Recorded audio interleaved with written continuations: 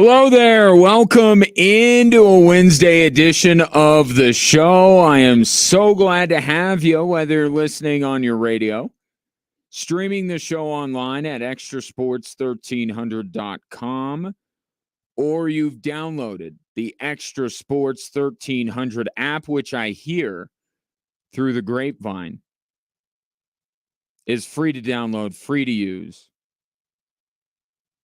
which is a nice change of pace from so many apps that we download, right? A veritable cornucopia of sports topics awaits you over the course of the next 3 hours, and I would love to get your take on those topics. 719-247-1313. That is both our text and phone line for your convenience. You can also reach out via social media. X is the best way to do that, at Gingerly Tweets. If you know anything about Steve Kerr, you know he is a man of the people. That's Steve Kerr. And today he gave the people what they wanted. Not only did Jason Tatum play, he started the game, which I can't help but feel like is a little bit of overcompensation. I don't think I said that Jason Tatum needed to start, but he needed to find some minutes on Team USA. But he starts Jason Tatum, and more importantly, Joel Embiid didn't start. He didn't play. The dreaded DNP -CD was given to the NBA's MVP just 2 years ago.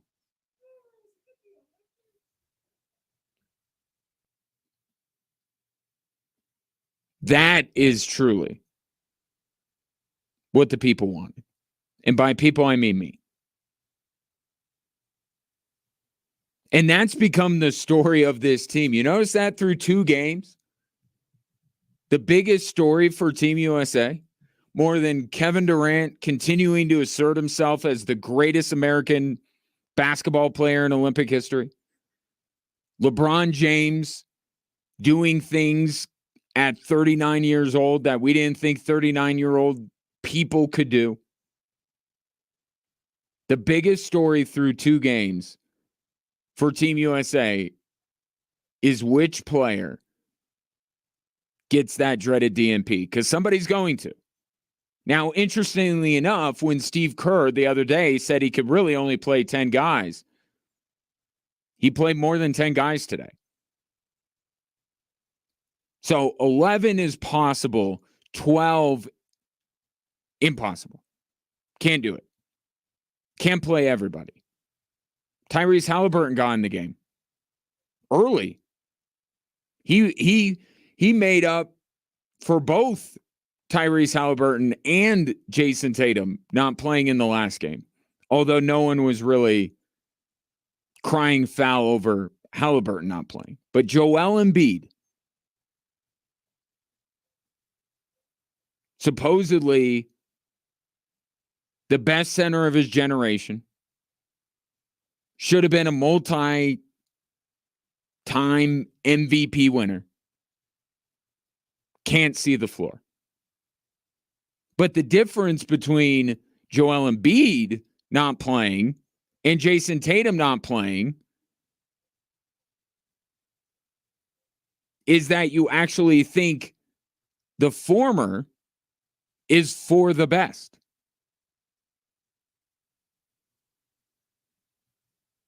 You have seen Joel Embiid throughout the exhibitions and through the Serbia game. Team USA is worse with him on the floor than him not being on the floor. Jason Tatum, there's no evidence that Team USA is worse with him on the floor. He's about the only guy right now on Team USA, Joel Embiid, that you look at and you wonder why he's on the team.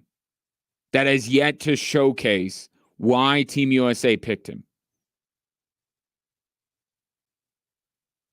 He shouldn't play. And that's what I have been saying this whole time. And wouldn't you know it, Anthony Davis started in his place and played well. Now, Steve Kerr is going to say it's matchups. South Sudan, a perimeter-oriented team. He needed more guys on the perimeter. That's what he'll say. He hasn't spoken yet to the media. I'm sure when I find the quote, he will just say it's matchups, because that's what he said when he didn't play Jason Tatum. It's matchups. Here's the thing. This isn't the NBA. Okay? In the NBA, we found this out this year, especially with the Denver Nuggets, right? There's a myriad of reasons I could go into why the Denver Nuggets failed to repeat as NBA champions. But a big reason why was because the Minnesota Timberwolves were constructed by Tim Connolly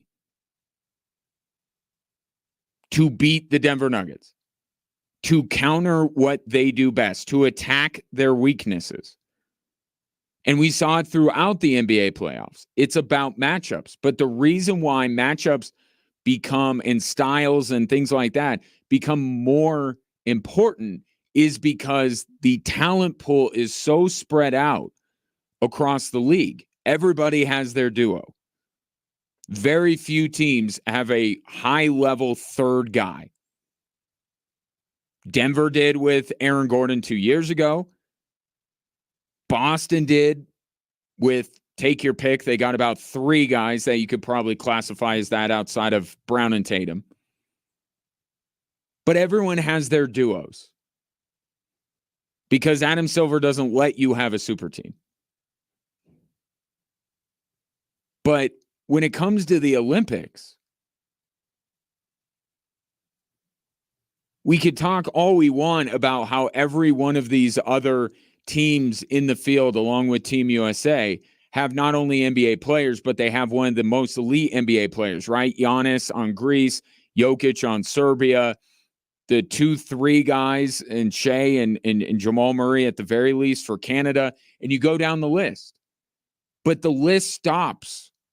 All these other teams are like NBA teams, right? Look at Giannis. Giannis is basically by himself, right? There's no Robin to his Batman. And Greece is 0-2 and going to get bounced from this tournament. Other teams like Canada, Serbia, Australia, they have a couple of guys. And they look like they're going to be advancing. Team USA has a whole bunch of these guys. Okay, the talent discrepancy is massive when it comes to Team USA versus these other teams. So I don't know that styles and matchups and everything like that are as important as Steve Kerr wants to make them out to be. I think he's treating Team USA in many ways like the Golden State Warriors, and worrying about the things that he would worry about as the Warriors coach, maybe not when he had Kevin Durant, but the current iteration of the Warriors, worrying about styles and matchups and strengths and weaknesses, instead of looking at Team USA and saying, I have so much more talent. I don't have to worry about matchups as much. But what I think is a very real thing, and something that whenever Team USA disappoints is always the number one reason: chemistry, cohesiveness. That's what these international teams have in spades, and Team USA doesn't. So how do you combat that part of it? You only have so long. You can't put more days on the calendar. You can't institute, although I don't fully know why.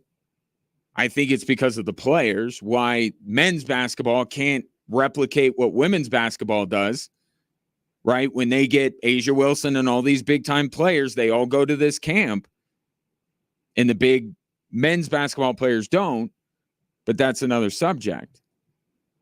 You can't put more days on the calendar.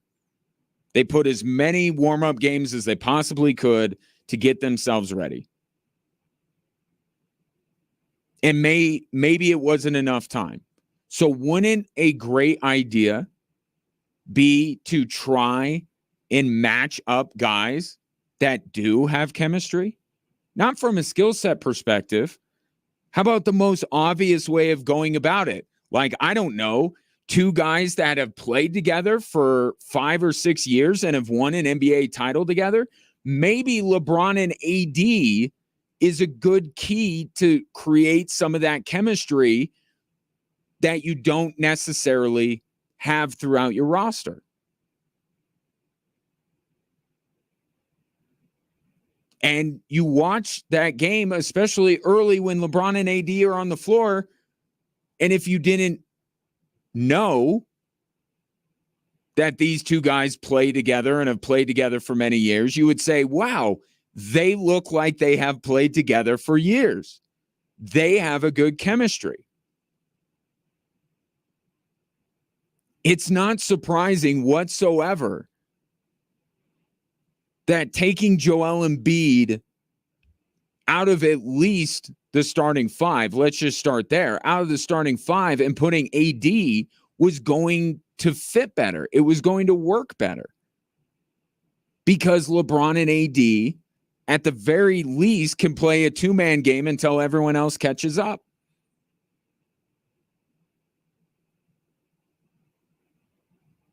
So I'm not surprised that it looked better. And it's looked about as good as it has this entire lead up in first two games of the Olympics. And some of that is not on Joel Embiid, but a lot of it is. He doesn't fit. There's just not a fit here. And it's no surprise that this was probably the U.S.'s best performance since coming together earlier this summer. And I would say that this should be the way it is the rest of the way. I mean, he could still tweak the lineup a little bit. Maybe Jason Tatum is on the bench next game or what have you. But I don't know what other proof Steve Kerr needs to, at the very least, say that starting Anthony Davis is better than starting Joel Embiid.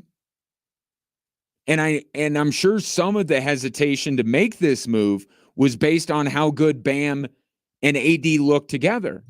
But here's the thing.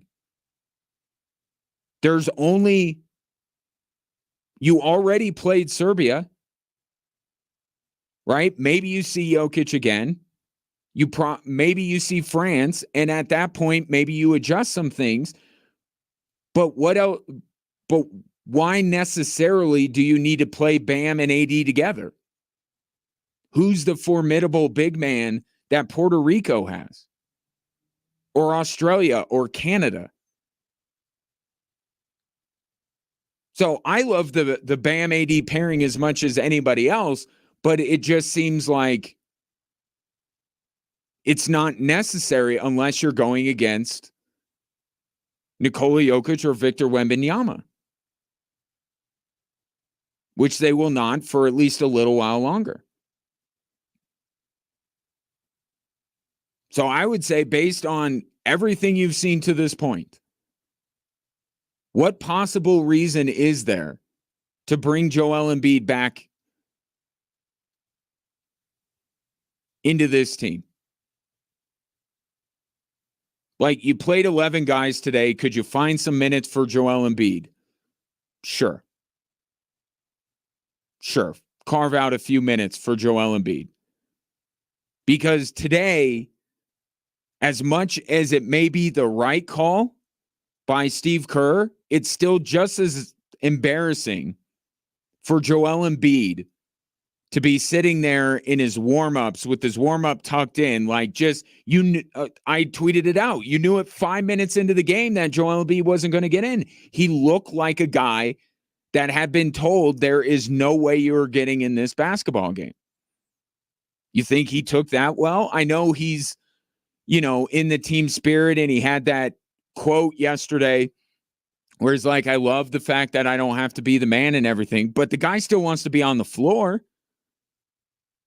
It's just as embarrassing, if not even more so, for Joel Embiid, given where he lies in the pecking order in terms of NBA stars. He's supposed to be above Jason Tatum. So if it's embarrassing that Jason Tatum is sitting there on the bench in his warm-ups with no chance to get in the game, it's got to be at least equally as embarrassing, if not more so, for Joel Embiid. Now, there's not going to be the outcry. There shouldn't be the outcry because Steve Kerr made the right basketball move. He's got to figure out a way to incorporate more guys into the rotation, especially in these games where they're going to, like I watched Serbia against Puerto Rico. The U.S. is going to smash Puerto Rico. You could carve out some extra minutes. Nobody on this team wants a DNP. It's a bad look for everyone. And probably the only reason nobody really cared about Tyrese Halliburton is because they were so fixated on Jason Tatum. But it's got to be embarrassing for Joel Embiid. But the problem is there is a legitimate basketball argument that Team USA is better off playing him as little as they can. Because he doesn't work with this team unless you make him the guy. And that's not what this type of basketball is. The international stage is not about one guy. It's about team basketball. And we've talked about some of the things that Joel Embiid gets away with during the NBA season that he won't on the international stage. It's no wonder it looks so much better today for Team USA. To me, this is the optimum rotation. I don't think Steve Kerr is going to stick with it because now it feels like he's in the mode where, everybody's going to take their turn taking the DNP. Everyone's going to share the embarrassment. Don't worry. Everybody's not going to play unless they're KD, Steph, or LeBron. But it was better. It was the best it's been since we started watching this team this summer. It's not a coincidence that Joel Embiid was the guy out of the rotation. 719-247-1313, just getting going on this Wednesday edition of the show. Nikola Jokic and Serbia were in action.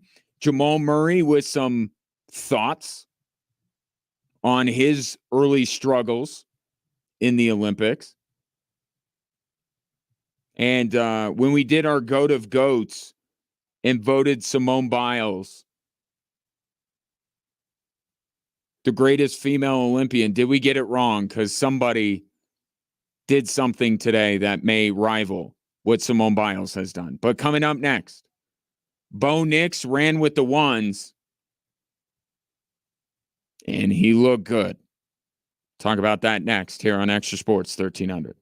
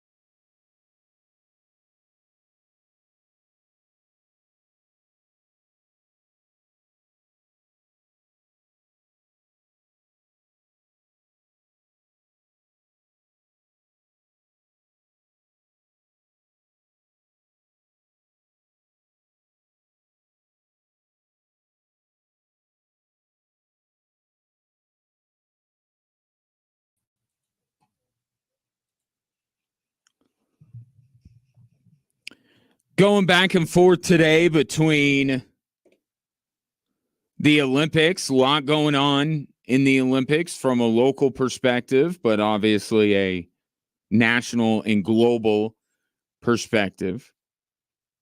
And what's going on at Broncos camp.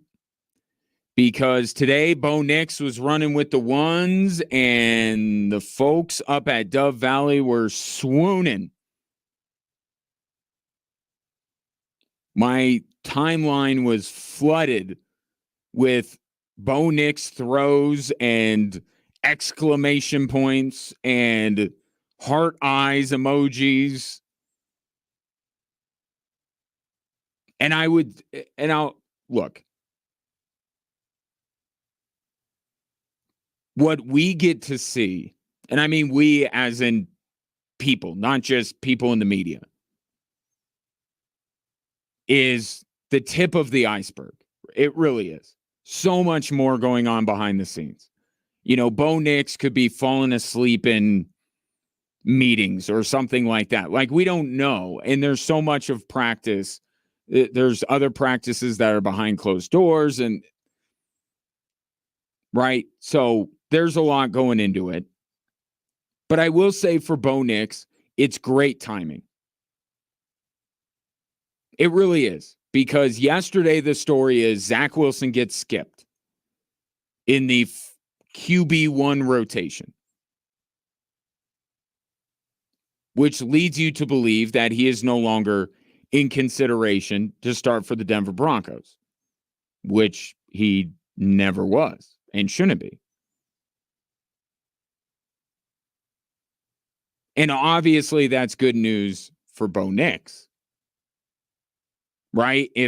I don't know that anyone's openly rooting for Jared Stidham to be the starter.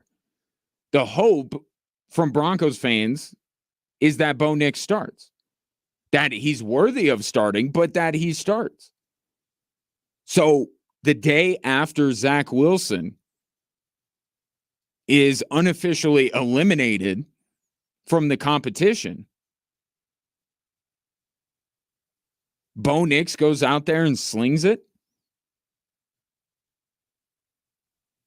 Right? It keeps stacking days. Good news yesterday for Bo Nix, although I'm sure he didn't celebrate the fact that Zach Wilson got skipped. But then he goes out with the ones and he shows out. And that, I don't want to make it everything, but it's a thing. And it's good that Bo Nix responds, because you know that we're not the only ones thinking these things.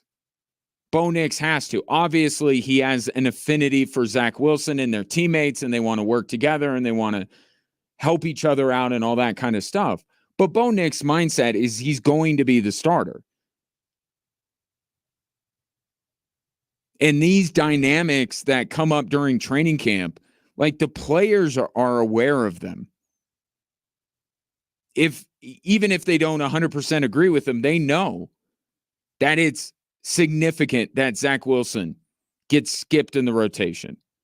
And for Bo Nix to follow up that day and that bit of news with a really strong performance at practice today, that's stacking days. That's back-to-back good days for the Bo Nix being the starter camp. After practice, Sean Payton was asked about Bo Nix.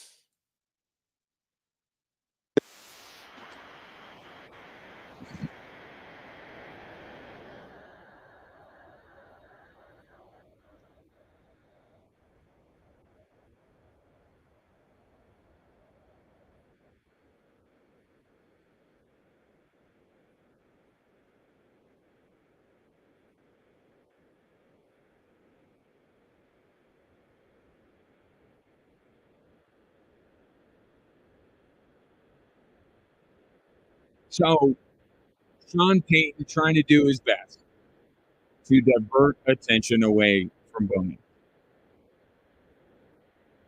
Now, Josh Reynolds could have had a very good day. I'm not saying that Sean Payton's up there lying, but and third down, even in his answer where he tries to deflect attention away from Bo Nix and maybe in some way diminish what people saw today, he kind of puffs him up a little bit. Right? So while he comes out of the gate and says, well, Josh Reynolds had a great day. Yeah, but then he goes on and talks about how third down was the emphasis today. So that even adds to it. If Bo Nix is making plays out there on the field, when they're running third down situations, critical situations that the Denver Broncos far too often last year were not good in, these guys got. I'm just telling you, this isn't me rooting to be right. This is me just being right. There's a difference. Sean Payton knew this when he drafted Bo Nix. He knew it. He knew this was going to be his starter weekend. And nothing can convince me otherwise.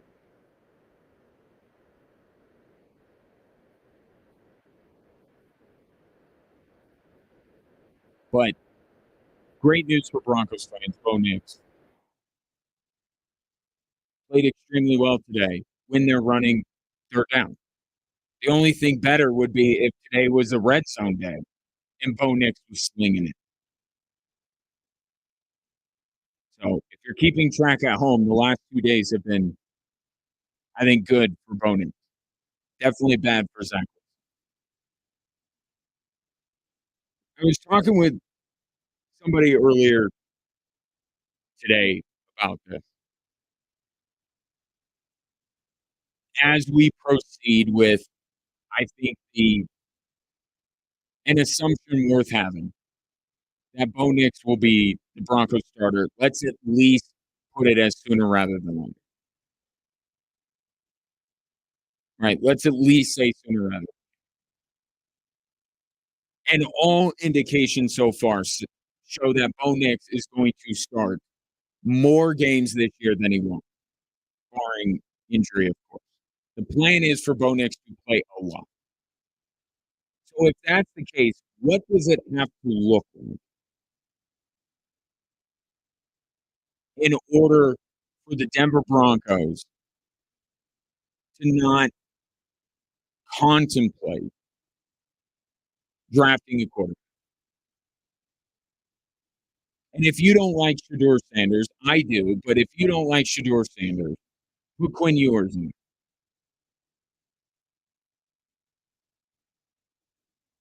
But what does it have to look like if the Broncos aren't going to win a ton of games? Because one way that takes all of this conversation off the table is that Bo Nix plays well and the Broncos are indeed about where they were last. I think that is quite optimistic, and optimism bordering on naivete. I watched Deadpool Wolverine. Educated wish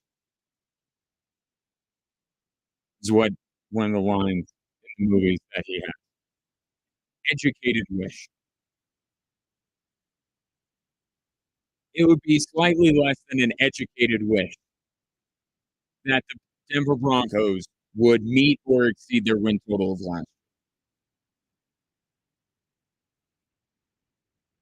So if the Denver Broncos struggle to win games, and it's not necessarily Bo Nix's fault, and the Broncos are sitting there in the top five, are you going to want the Broncos to move off of Bo Nix to grab your quarterback of choice? Whether it be Shador, whether it be Quinn Ewers, Carson Beck. I'll give you an example, a recent example of a team that this happened to, and they chose one way, and you can decide for yourself whether it was ultimately for the best.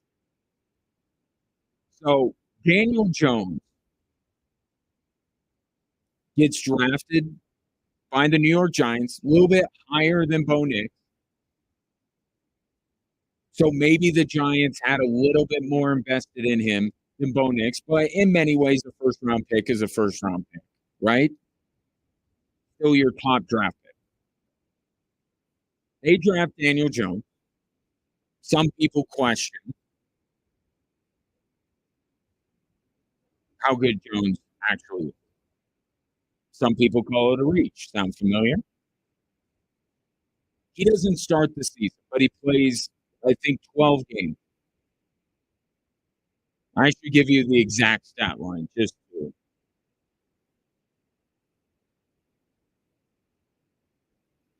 so you're getting all the information. I don't want to lead you in any direction.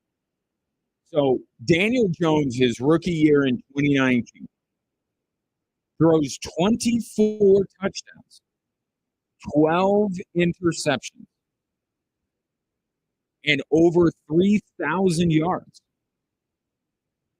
By any metric, pretty good year for rookie QB, yeah? But the New York Giants in his game were 3-9. So the New York Giants were back in the top five, I believe, drafting fourth that next season.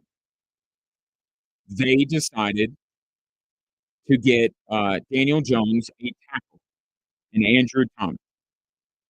A couple of picks after the New York Giants select Andrew Thomas, the LA Chargers select Justin Herbert. Because the Giants felt like even though the season was still a poor one, and they didn't win a lot of games, Daniel Jones was good. So they didn't need a quarterback. They needed to build around one. And then they passed on a guy in Justin Herbert that not only was a better prospect than Daniel Jones, but obviously with their careers, even though you're still waiting for Justin Herbert to take that next step, that unequivocally you would say that Justin Herbert is a far superior quarterback to Daniel Jones. This could be the fate of the Denver Broncos this year. It could be the fate of the Denver Broncos that Bo Nix, because Sean Payton has put so much into him and coached him up so much that he plays well. But because this team is so devoid of talent at almost every other position, they will not win many games. Fast forward a few months, Broncos are in the top five. Beck, Ewers, Shador are all there. What do you decide? Because there's two different ways you look at it. The way the Giants looked at it was, we got our quarterback. He's shown us enough. It's time to build around him. And they did. The other argument is, my goodness, this guy played about as well as we could ask, and we're still not winning. Maybe we need to look at a quarterback that is a bit more of a force multiplier, somebody that brings a little bit additional to the table to be able to elevate us a little bit more. Which do you choose? Obviously, how you feel about this incoming quarterback class and how Sean Payton feels about it means everything.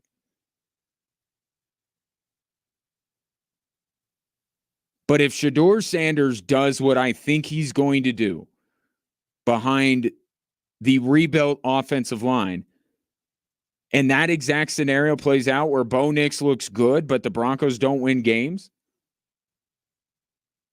I think they have to think long and hard about drafting Shador Sanders and trading Bo Nix. And the New York Giants could be a cautionary tale on that. You think you have the guy, even though there is a better one sitting there, and you choose to build around the guy that you have, Didn't end up going well. And now the Giants are in the market for a quarterback again because Daniel Jones never topped what he did in his rookie year. 719-247-1313. Take your thoughts on that. Coming up next. One night after Simone Biles becomes U.S. gymnastics GOAT, or at least cements that, Katie Ledecky did the same thing in the pool. So the question is, when it comes to the Olympics, who is the GOAT, Biles or Ledecky? That's next here on Extra Sports 1300.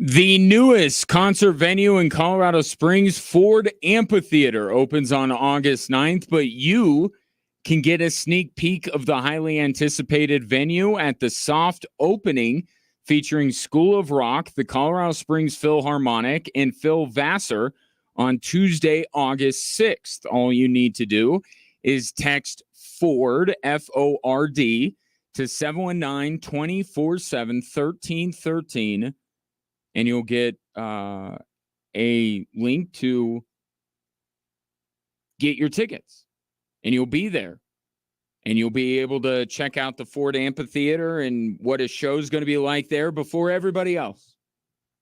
So text Ford if you're interested in going on Tuesday. Text Ford to 719-247-1313. The deadline to do so, the deadline to get your tickets is tomorrow morning at 10 a.m. So sooner rather than later would be my advice, but pretty cool deal. And thanks to our friends there at the Ford Amphitheater for making that happen. Today,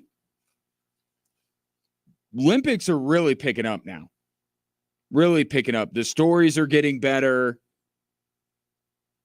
The stars are really showcasing themselves. Last night or yesterday, Simone Biles on the redemption tour after what happened in Tokyo. The gymnastics team wins gold. Funny enough, in the press conference room after they won gold, the nickname, I think it was Allie Raceman, former member of the U.S. gymnastics team, asked Simone Biles what was the nickname. I'm sure full well knowing what the nickname for the team was. And it was F around and find out. Apparently there were some people within the gymnastics community that were questioning whether this team outside of Simone Biles was good enough. Well, they proved it in resounding fashion last night because they were dominant. And speaking of dominant, Katie Ledecky earlier today won her 8th gold medal in her career in an event that she has dominated for ever, the 1,500 meters. She tied Jenny Thompson for the most gold medals by a U.S. swimmer, which is the same as the most for a swimmer on the women's side. She has 12 now, 12 total medals, I should say. 8 gold, 12 total medals, which is in a 4-way tie for the most ever. And she has 2 events left. We did our Goat of Goats tournament a few weeks ago, and the voting went the way of Simone Biles when it came to the GOAT of female Olympians. And for all the criteria we threw into it, I think it was the correct call. Because Simone Biles, her star power, her impact, I think goes beyond Katie Ledecky. And that's part of what we considered. Because like the guy who ended up winning the thing, Michael Jordan, it was very much, in addition to the exploits on the court, was about the impact overall on the sport, on the league, everything like that. A generation, pop culture, everything. Simone Biles has more of that stuff going for her than Katie Ledecky does. And it's not a knock on Katie Ledecky, right? Some people have that opportunity to kind of transcend their sport in many ways, and others don't. It's not because Simone Biles is such a better athlete than Katie Ledecky. Just, I think the sport has something to do with it. What happened in Tokyo, I think, certainly endeared her to even more people, and more people became big fans of hers, and the impact that she had for a lot of people who have been dealing with, mental health things to know that it's okay to speak up and say, I'm not right. So I don't think, I say all that to say, I don't think we were wrong. And if I could vote today, I'd vote for Simone Biles again. But if we just took into account accomplishment in the Olympics, because that was another thing, we took into account world championships, which Simone Biles has, and Katie Ledecky, but we took a lot more into account than just how they did on the Olympic stage. Katie Ledecky now, if she is able to win gold in her next two events, will not just become the most decorated swimmer, female swimmer in Olympic history. She will become the most decorated female Olympian. And one of the big things that we have trouble with during the Olympics, and I saw whoever was interviewing Katie Ledecky after she won the gold medal, and it was unbelievable. There were large stretches, like the second half of that race, which is a mile, right? Just about. It's a mile. She was the only swimmer in the screen. Like NBC had to choose. Are we going to show Ledecky, who's leading, or are we going to show every other swimmer? Because you couldn't do both. There was not a camera angle available. That's how far ahead she was. And she did set an Olympic record today, by the way, in winning that gold medal. But it's always, and sometimes it's hard to find, like, who's the most decorated. It's like the medal count. Do you prioritize gold medals? Do you prioritize total medals? And it makes it a little bit hard to find what you're looking for. Larissa Latinia, I'm sure I'm butchering her name and I apologize, but she was a gymnast for the Soviet Union that has 18 medals, which Ledecky cannot reach in these Olympics, but 9 gold medals, which Ledecky can not only reach, but surpass. Simone Biles, with her win last night, and she's got all of her individual events, so stay tuned. Simone Biles has 5 gold medals and 8 total medals in only 1 fewer Olympics than Ledecky. So it's not like Ledecky's been going for... It's not like Biles is chasing an athlete like Ledecky is, that competed in the 70s. That went to a whole bunch, like Ledecky's only 1 ahead of her. So I just ask, when it comes to the Olympics, who do you take? Katie Ledecky or Simone Biles? Because the gold medal says Ledecky. The total medals says Ledecky. And today I saw Katie Ledecky dominate the field the same way Simone Biles dominated last night in the team competition. Maybe you still go Biles, but it is close. It is really close. What Katie Ledecky has done in her Olympic career is GOAT worthy. And she will be the greatest female swimmer of all time. She was probably already there, with all due respect to Jenny Thompson. Given this rivalry with Australia, some of the U.S. swimmers on her own team that she has to battle with during the Olympics, and the fact that she has now 12 total medals, she probably already was that.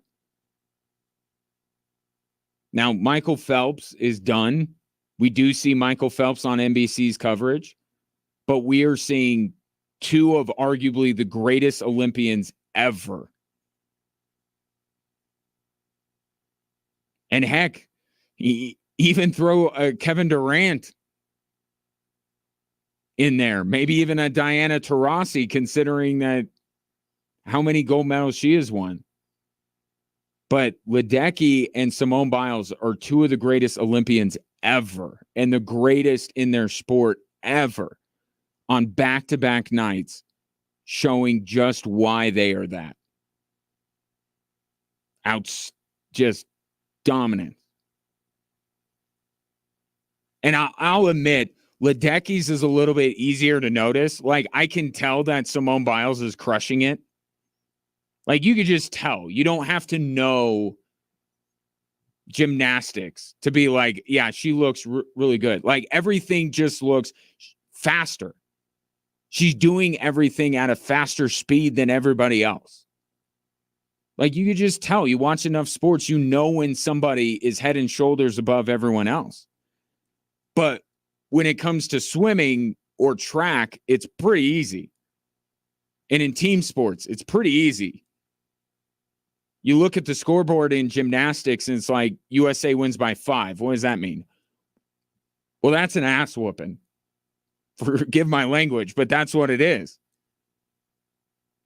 But we don't know. We want the bigger numbers like the US today against South Sudan. With Ledecky, it's easier to see the dominance because you see her going one way in the pool and everyone else going the opposite way. What a treat the last 24 hours being able to see Simone Biles and Ledecky at the height of their powers, proving why they're the best to ever do what they do.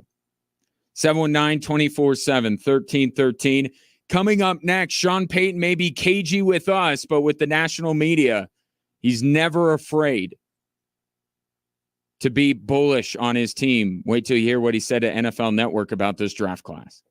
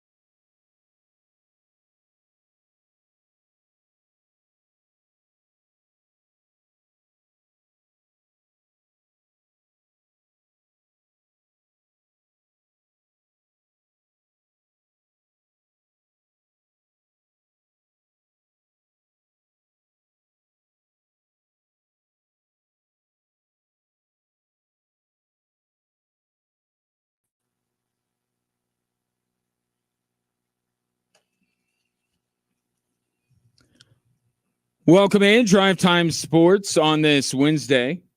Ryan Kaufman with you. Reminder, you can watch the show on a daily basis on our social media platforms at Extra Sports 1300 on Facebook, on X, Instagram, and YouTube. The handle is all the same at XTRA Sports 1300. Earlier, I asked the question as it pertains to Bo Nix. Is Zach Wilson taken out of the number one quarterback rotation yesterday? Bo Nix today, by all accounts, looked terrific. And we're inching ever so much closer to Bo Nix being the starting quarterback of the Denver Broncos for the season opener against the Seattle Seahawks. So it allows you to kind of move beyond just can we get to week one and move beyond what does it look like this year? What are the expectations? How are you going to grade success or failure? And I brought up the New York Giants when they drafted Daniel Jones. They drafted Daniel Jones, and Daniel Jones looked very good. Yet the New York Giants were not a good football team and were picking in the top 5 again. With a quarterback like Justin Herbert available to them, they decided, no, we're going to stick with Daniel Jones and we're going to build around him. Daniel Jones has never gotten back to that level of play. That was his ceiling. And the New York Giants could not get it right. Enough of it right around Daniel Jones to ever make it work. And now Daniel Jones is being talked about as being supplanted by Drew Lock in New York. That's a very real possibility for the Denver Broncos. Bo Nix can look pretty good, and the Broncos cannot win a lot of games. These two things can be true. And if you like one of these quarterbacks, and if you believe one of these quarterbacks in this upcoming draft, and just because of where we are, well, I'll just say Shedeur Sanders, but there's Quinn Ewers, there's Carson Beck. But if there's a quarterback that you know is better, like you knew Justin Herbert is a better quarterback than Daniel Jones. Now, you liked what you saw from Daniel Jones. I'm not trying to be armed with what we see 5 years later. I'm saying coming out as prospects, Justin Herbert was better than Daniel Jones. And the Giants had to have known that as well. But they felt like, you know what, we had enough to go on with Daniel Jones. We're going to start to build around them. They used a top 5 pick on a tackle and tried to spend money and tried to make draft picks, and they never could get it to work.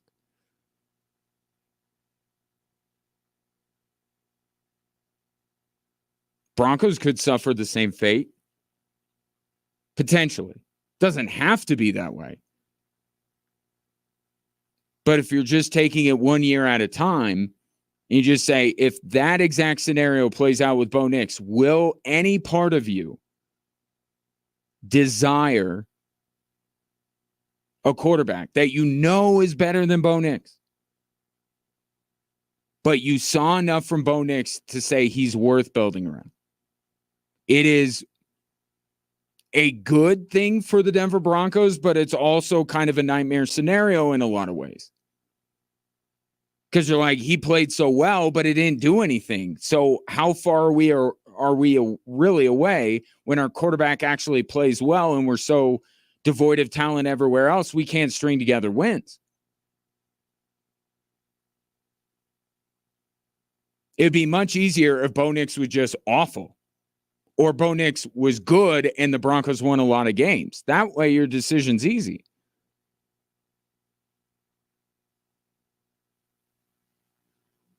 I think that you have to If Sean Payton feels like there's a quarterback in this draft that is better than Bo Nix, if the Denver Broncos are in a position to get him, they need to take him.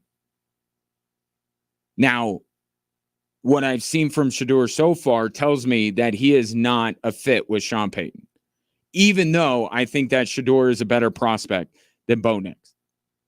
I don't think that what Shedeur has put out there right now would be what Sean Payton is looking for in a quarterback, because it's a lot of the stuff that he wanted to throw Russell Wilson out of the building for.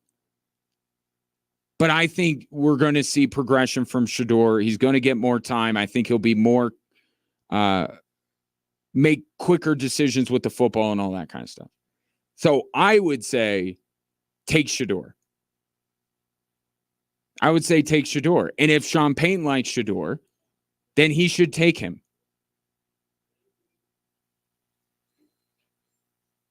But that's for the future.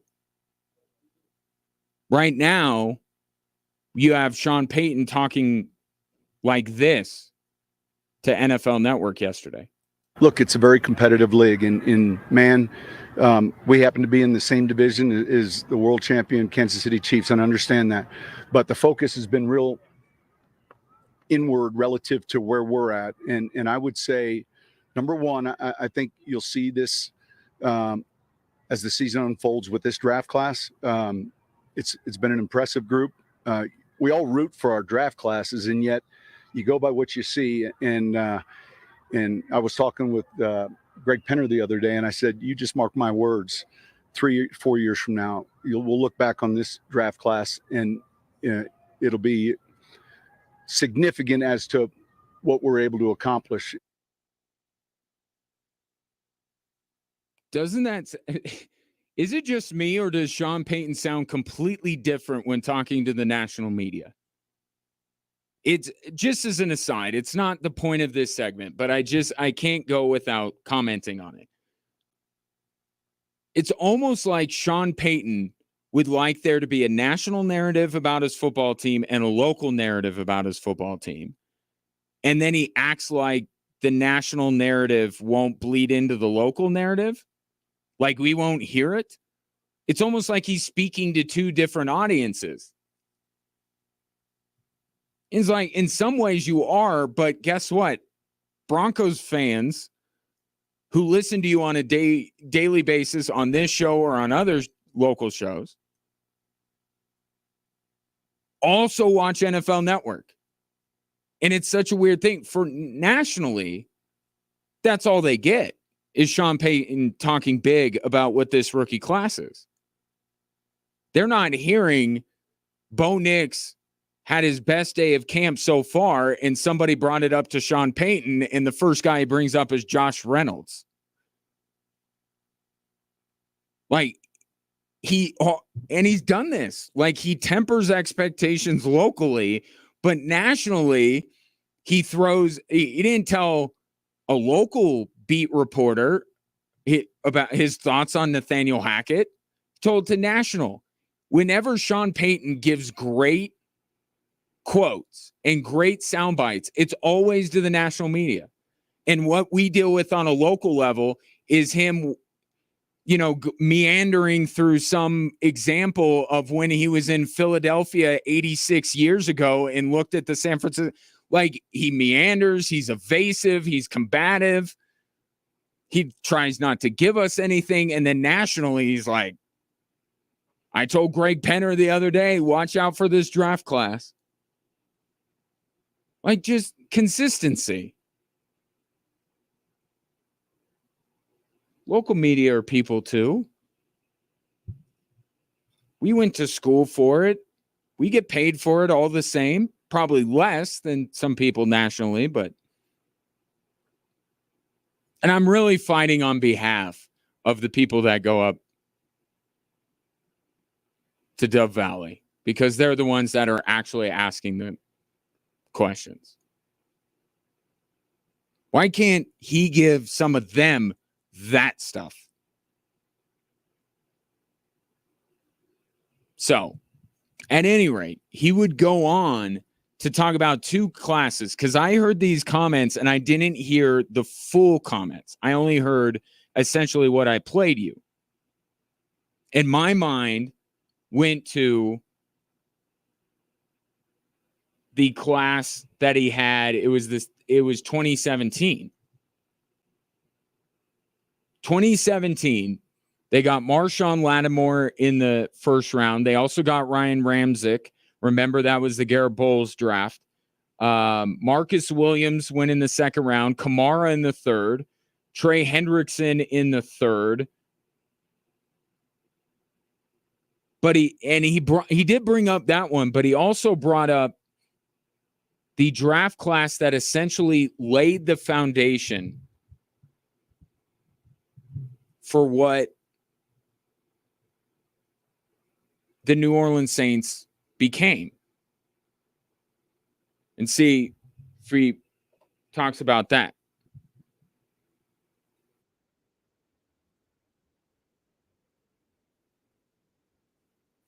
I gotta go back here.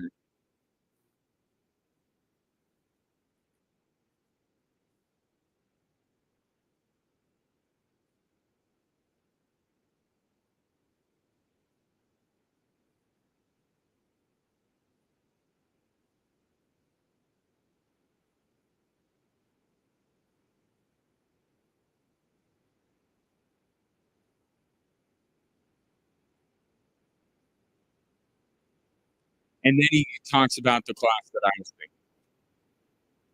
The point here, Sean Payton loves this quarterback class. So my whole thing about maybe the Broncos moving off of Bo Nix, all this stuff, it doesn't look like he's going to be inclined to do that given the way he talks about, because whenever he talks about the draft class, he's smart enough to know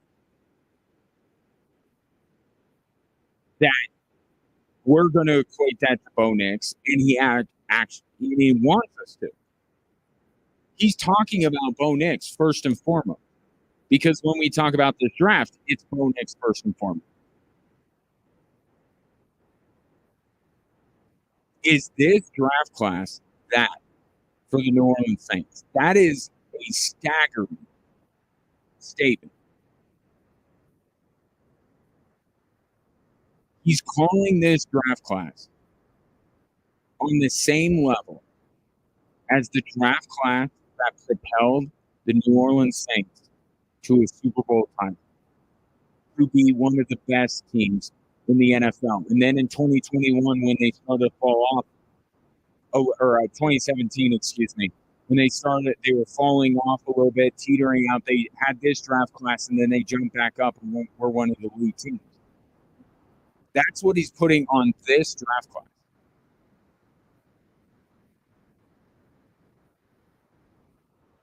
The one that I want to talk about a little bit more, I mean, is Audric. We could do this position by position. Is Audric Estime Reggie Bush? Can Audric Estime be what Reggie Bush was for the New Orleans Saints, or something close to it? Can Drain, kid out of Missouri, be Roman Harper?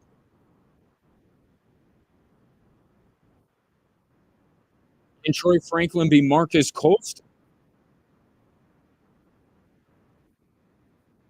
He's saying yes. And then you go to that 2017 class that I was talking about. Can Estime be Kamara? That's the comp that has me the most fascinated. Now, he's talking in a more general sense that just these guys can lay the foundation for what the Denver Broncos are going to be for years to come. But I can't help but look at the same positions that he takes in these other drafts. And Audric Estime is the one that I'm looking at. Like, could it be Reggie Bush? Could it be Alvin Kamara? And then I think about the comments he had the other day where he brought up Kamara specifically in a conversation about Audric Estime, where he said, The only vision they had for Alvin Kamara when he came to the team was as a pass catcher. And then he started to run the ball well, and they're like, well, we're going to run the ball with him. With Estime, it's the reverse. He says right now they drafted Estime for his running ability. But there's something there receiving wise that is worth monitoring.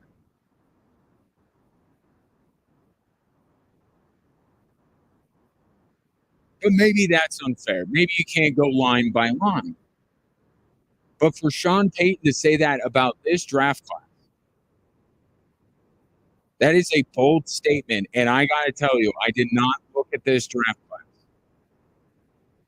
and say, oh, this resembles Sean Payton's first draft class in New Orleans. This is going to be the foundation of a Super Bowl team. Did you?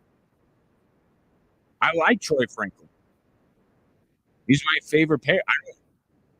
Can he be Marcus Colston?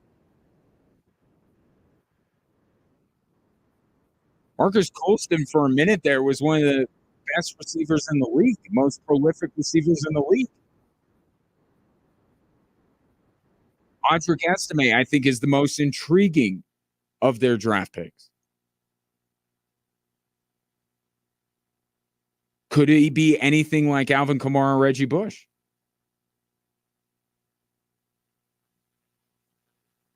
They get Jonah Ellis as a pass rusher.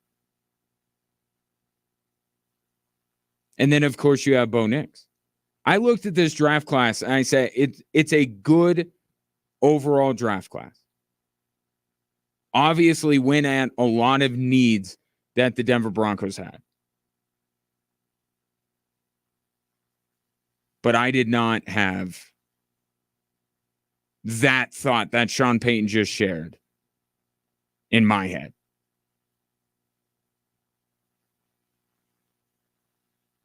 Do you? 719-247-1313. And that by the way is going to be just like him throwing Nathaniel Hackett under the bus. That's going to be the conversation.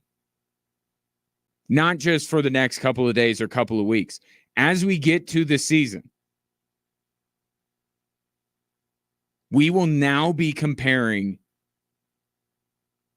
this Broncos draft class to the production that Sean Payton's two draft classes that he spoke about had on the New Orleans Saints.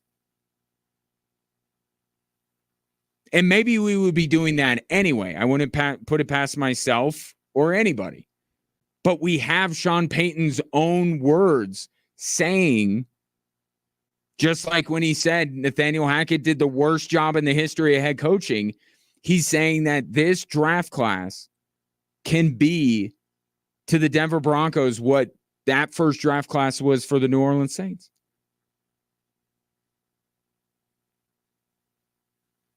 Sean Payton, he's not tempering expectations. I'll say that much. But he is sticking his neck out there quite a bit and kind of putting his rookie class, including his quarterback, under some pressure.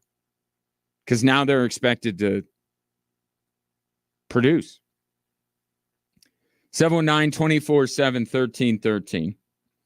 Coming up next, Team USA got a win, easy breezy over South Sudan. There was a key reason why, and I will get to that a little bit later. But let's check in on the two Nuggets stars. Nikola Jokic was in action today. Jamal Murray asked, what's the matter? That's next here on Extra Sports 1300.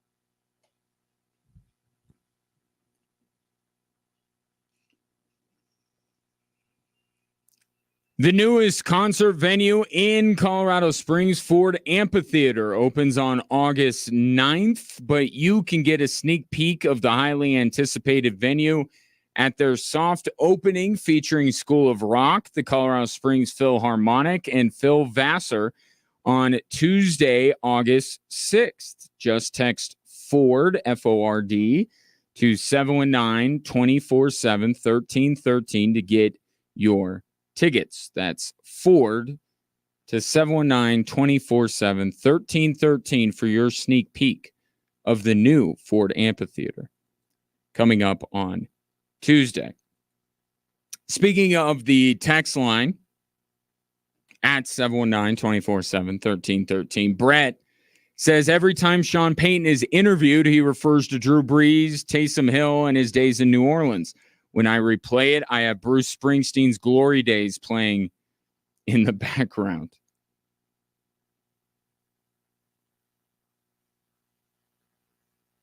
He does that a lot, doesn't he?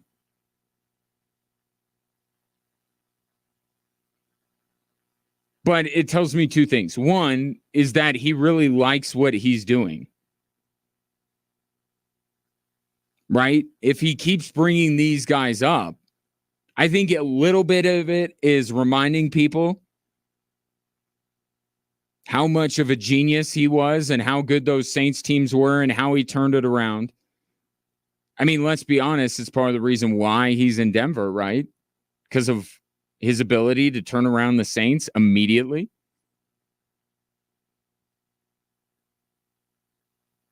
But he brings up, I did this, I did that. I think it's because he really believes in what he's doing, which is what you want, right? You want a guy that has conviction. If he believes he found the next Drew Brees in Bo Nix, okay, he better be. Like, oh, I think I just drafted the next Gardner Minshew. You don't want that. You want him to see Drew Brees and Bo Nix and pick him because of that. But the flip side of it is if he's that immediately becomes the measuring stick. And if Bo Nix isn't Drew Brees and Audric Estime is not Alvin Kamara and the Denver Broncos aren't the New Orleans Saints, then Sean Payton's tenure, his all too important second act, look at Russell Wilson. Look at Russell Wilson. Do you think he's getting in the Hall of Fame? Because he's not, unless he does something in Pittsburgh. It's the same thing for Sean Payton.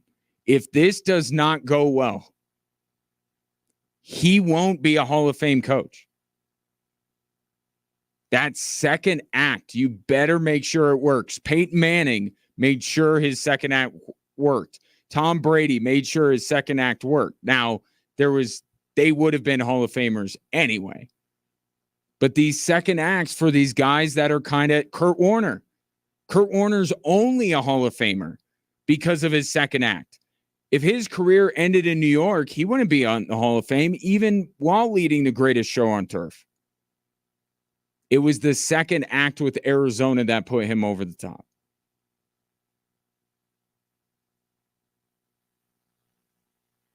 And in a world where we have handed the league from one dynasty to the next, it's entirely possible Sean Payton's tenure in Denver does not end with the Super Bowl, but that doesn't mean it can't be successful. But because he keeps bringing up New Orleans and keeps making comparisons between what Denver has, what Denver is, to what New Orleans was, he has to win a Super Bowl. And maybe he wants it that way. I don't know if he will, if he falls short. If Patrick Mahomes and the Chiefs run the NFL for the next decade.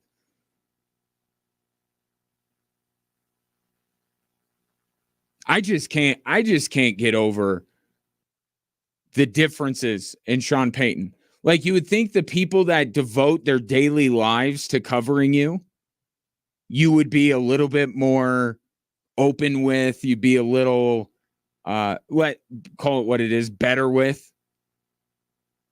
Right? And then some rando from NFL Network, I'm not pointing out that Cynthia Freeland, who is the reporter, I'm just saying, or some rando from USA Today or whatever. Anybody walks in with a national credential and Sean Payton just gushes about his team. Or throws Nathaniel Hackett under the bus. And the local media is treated to, I don't know, stories of how tall the 49ers wide receiving core was back in 1980, whatever. How you are with the national media, do that with the people that bust their hump to cover you on a daily basis. And I'm not even talking about me. Yes, it benefits me, but I'm not the one going up there. I'm not schlepping up there. So, keeps putting it out there. That's how we're going to judge him in Denver. So far, up until earlier today, this morning, actually, it hasn't been a great time for the two Nuggets stars on the Olympic stage. Nikola Jokic would not answer questions after Serbia's opening loss. Mark Kisla, who's covering the Olympics for the Gazette, remarked how grumpy Nikola Jokic looked. And then you have the struggles of Jamal Murray, ineffective, inaccurate shooting the basketball, although Team Canada keeps winning. Well, at least for one of the two Nuggets stars, things have changed because it does wonders when you're not going up against Team USA. Even the non-Jokic minutes went well for Serbia as they beat Puerto Rico. You know what Nikola Jokic reminds me of? Me and every other father. And once I give this comparison, don't you text me and go, I was never like that. Yes, you were. We all are like that. And we all love our children. Okay? But what Nikola Jokic reminds me of is when I would be playing with my kids when they were young. Right? And their energy was unmatched. Right? So it'd wear you out a little bit. Right? But you love it. You love playing with your kids, all that kind of stuff. But there comes a point where you think you're done, and then you kind of meander over to your couch, and then you slump down, and you're like, some part of you is like, finally. It's like you love playing with your kids, but like you're exhausted, and you just want to sit on the couch for a little bit. And then 30 seconds later, you hear screaming coming from your kids' room, and somebody yells, "Dad!" And then that look on your face that you get before you go, ugh, and go back upstairs to go deal with the kids. That's Nikola Jokic on every basketball team he plays on. You see it all the time with the Denver Nuggets. And now you see it with Serbia.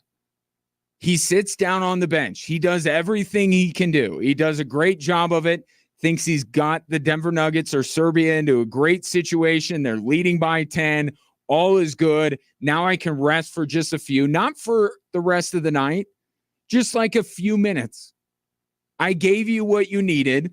Now let me sit for about an hour, and then I'll be back up. My energy level will be ready to go. But like your children, Serbia and the Nuggets never let him rest for that hour. He's always back into the game sooner than he needs to be. Or if, like the other day against Team USA, the Serbian coach just says, I'm not bringing him back in. Like, I'm not spending more minutes on him in group play. Then he just sits there with this look like these guys can't handle their business for 5 minutes. Now, Today, you got a different Nikola Jokic. You got Nikola Jokic who is happy. There is no bigger smile that Nikola Jokic will ever have on his face than when he gets to sit with the and know, not think. He thinks his teams will be okay with him off the floor when he knows. And he knew today. He knew that there's no way Serbia was going to let go of the rope, that they were going to hammer Puerto Rico. The smile that that man gets on his face when he knows that he won't have to go back in, or at least won't have to go back in until the agreed upon time, right? Like the start of the third quarter or what, that he's not going to get pulled back in before he's supposed to. That's what brings Nikola Jokic maybe the most joy in his professional life. I was playing with the kids. We had a great time. Now it's time for me to rest. And now they're just going to go play on their own. And they're not going to fight. And they're not going to yell for me. And I'll be good. That was Nikola Jokic today, as Serbia had no problem with Puerto Rico. Now, there was another scenario that popped up today. I don't think it's much of a question, but so Nikola Jokic has 10 points, 9 rebounds, 5 assists in the first half.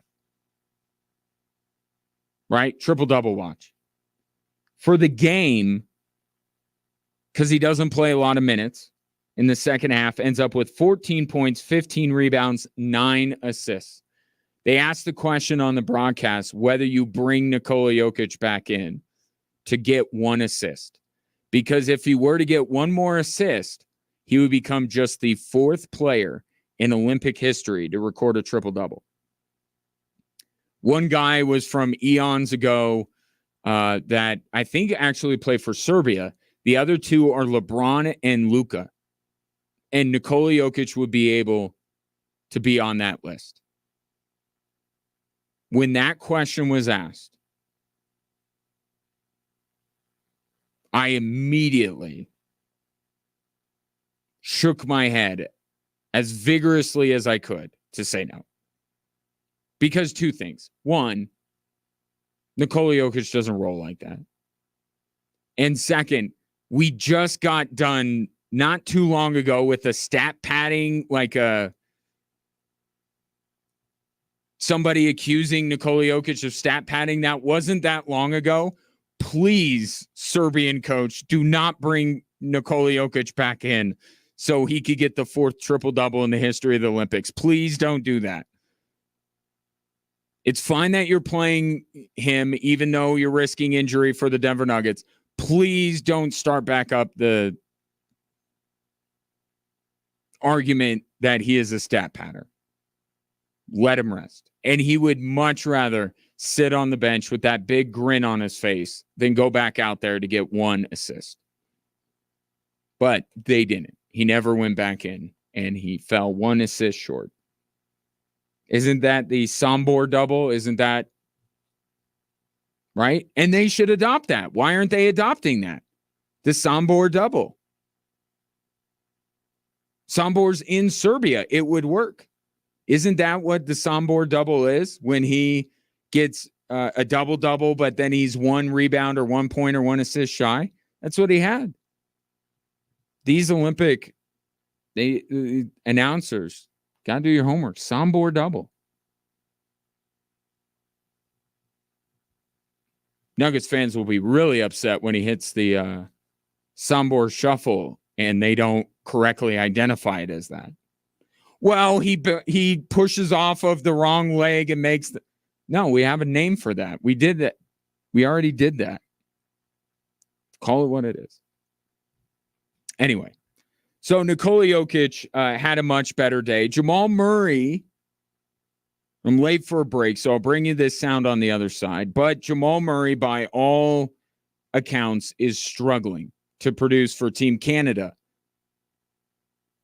But he's okay with it. How could that be? That's next here on Extra Sports 1300.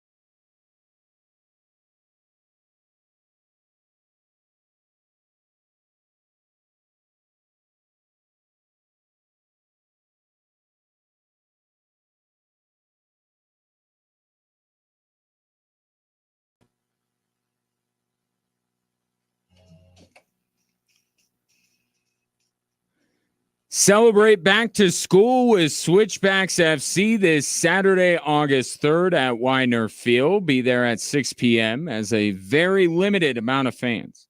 So be at the front of the line.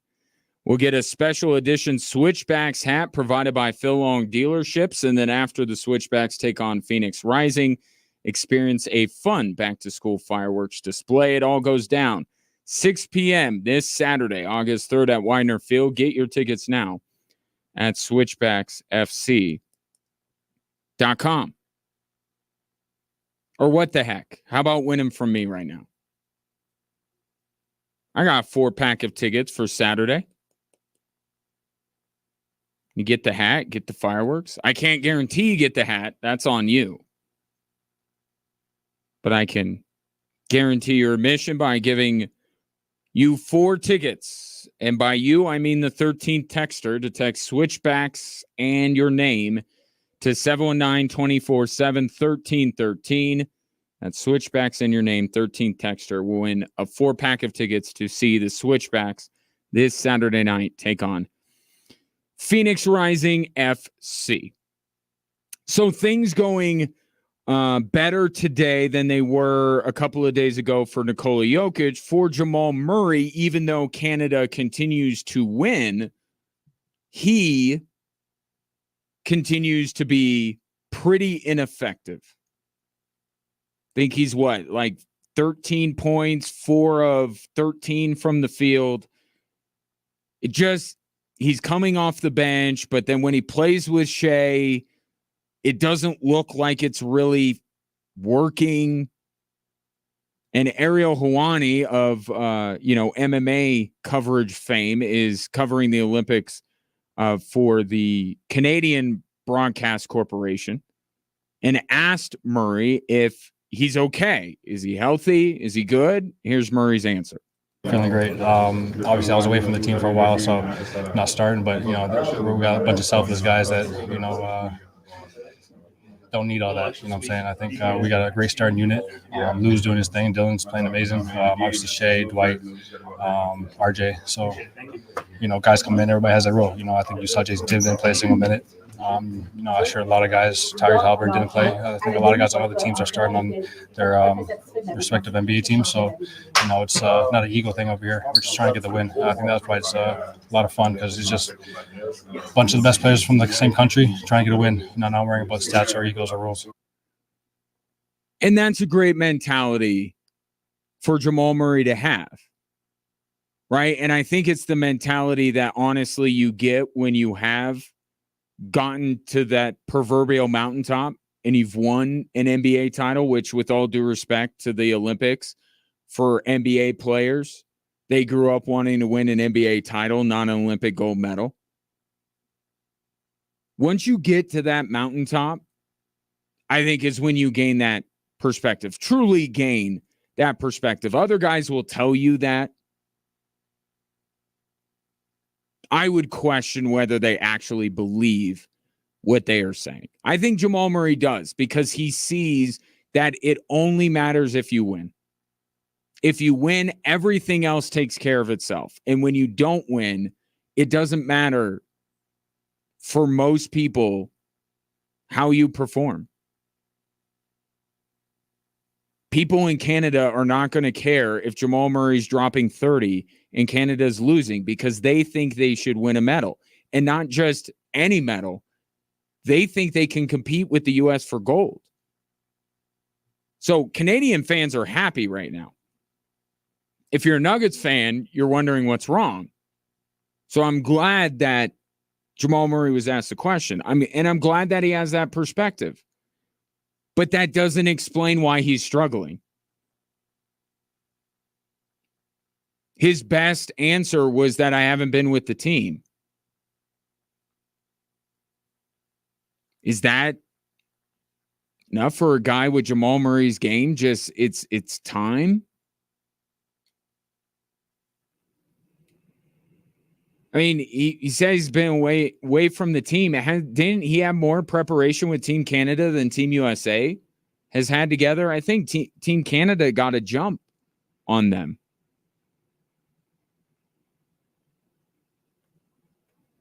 I just think we've gotten to a point, because if Jamal Murray was a player that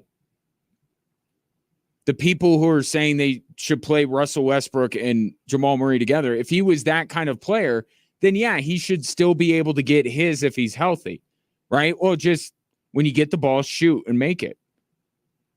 But I think Jamal Murray has evolved. How long has it been since he's actually played that role? How long has it been? He's playing out of position.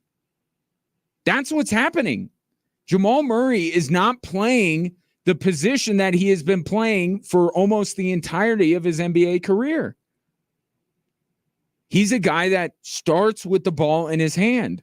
Or if he doesn't start with it, he's the very next guy to touch it. That's what happens with the Nuggets. Maybe Jokic brings the ball up the floor. Jamal Murray touches it very shortly thereafter.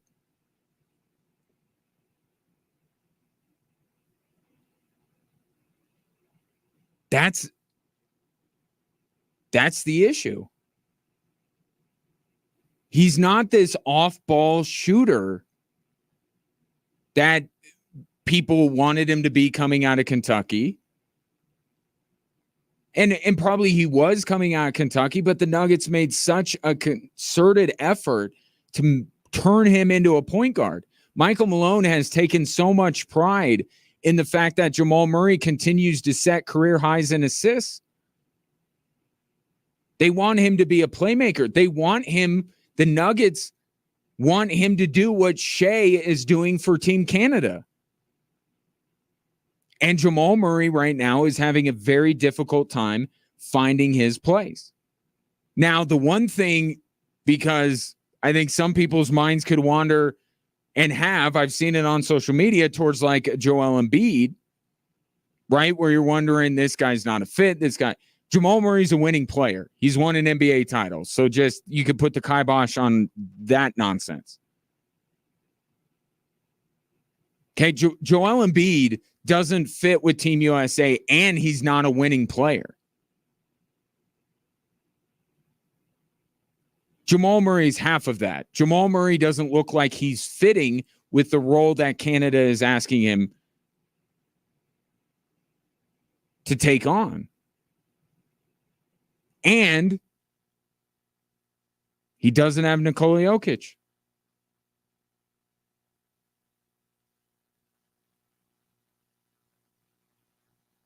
I mean, I don't want the Olympics to turn into this, look at how great Nikola Jokic is, but it's kind of turning into that. I mean, look at what it's been over the last few days. You have the guy that people bend over backwards trying to make a case is better than Jokic. That is a failure so far on this stage, while Nikola Jokic had Serbia tied with the United States when he was on the floor. And the drop-off when he went off the floor was worse than any drop-off the Nuggets have had without Nikola Jokic. And now you also look at Jamal Murray and you're like, he's struggling without him. But that's also part of his role. The two-man game. Having the ball in his hands. I would say the easiest way for Canada to try and fix it and get him going is put the ball in his hands more. And maybe that's why they're trying to bring him off the bench. But even when that happens, there's no one on that team that can play the two-man. Like, imagine if John Stockton played for France or something in the Olympics and didn't get to play with Karl Malone. I think John Stockton, I think, would fare a little bit better than Jamal Murray, but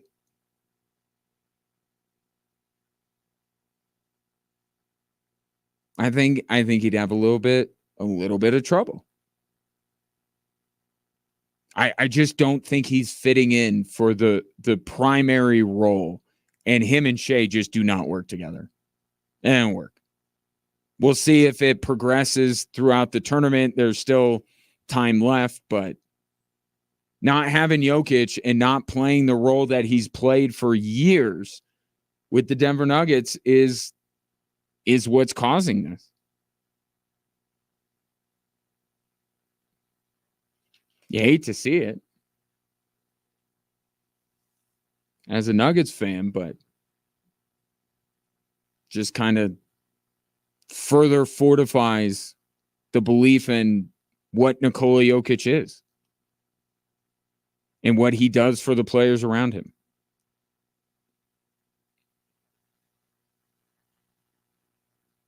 I want to tell you about Low T Center. If you're often feeling tired, lacking motivation and drive, maybe you've gained some weight, lost some muscle, these could all be signs of low testosterone. My advice, don't wait. Find out. At Low T Center, they make it easy to get your levels checked. It's a simple blood test, and with their on-site lab, you'll get results back in about 25 minutes. They're not your typical doctor's office. Their physicians specialize in treating low testosterone with customized treatments for each patient. They have over a decade of experience helping patients achieve life-changing results, and most health insurance is accepted for treatment. So get back to your best. Go to lowtcenter.com to book your appointment online today. That's lowtcenter.com. Low T Center, reinventing men's healthcare. We'll get to the 3 stories that are driving the show coming up, but in the more immediate future, here is a Summer Games update from our partners at Westwood One.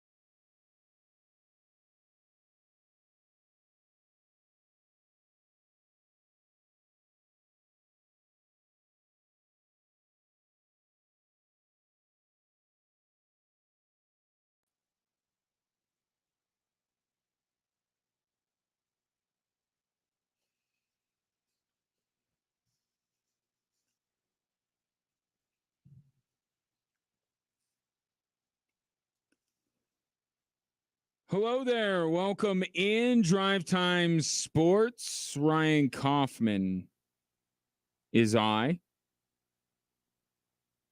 Appreciate you joining me, whether you're listening on air, online, or through the Extra Sports 1300 app, or maybe you're watching this show. I see you. I see you watching the show. Facebook, Instagram, X, YouTube, at Extra Sports 1300. A lot of ground we have covered over the course of the last 2 hours, but don't feel like you've missed out because it is time to reset things with the 3 stories that are driving the show.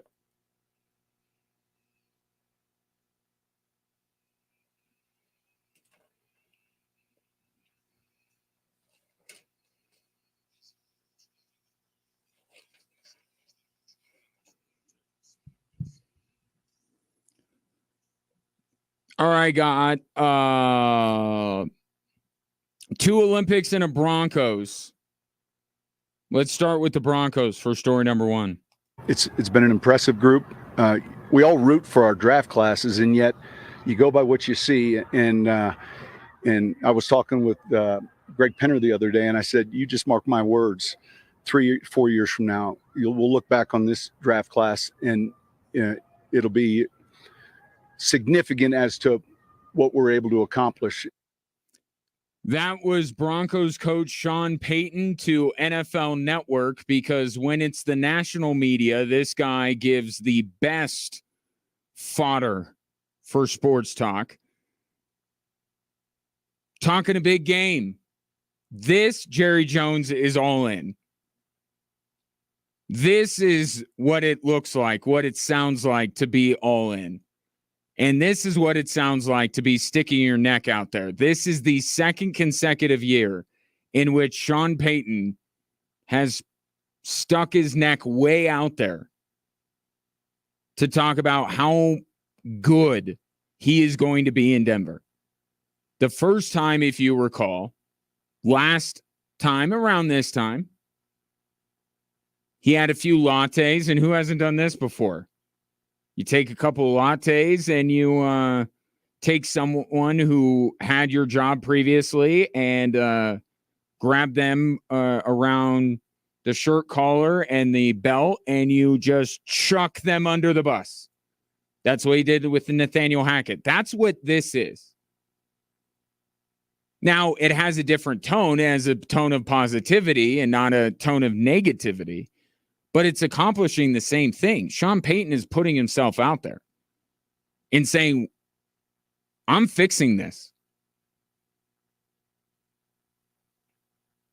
And he said that last year. And while he didn't fix it in time to not have a bit of egg on his face after the Jets game, I think you can say when it came to Russell Wilson,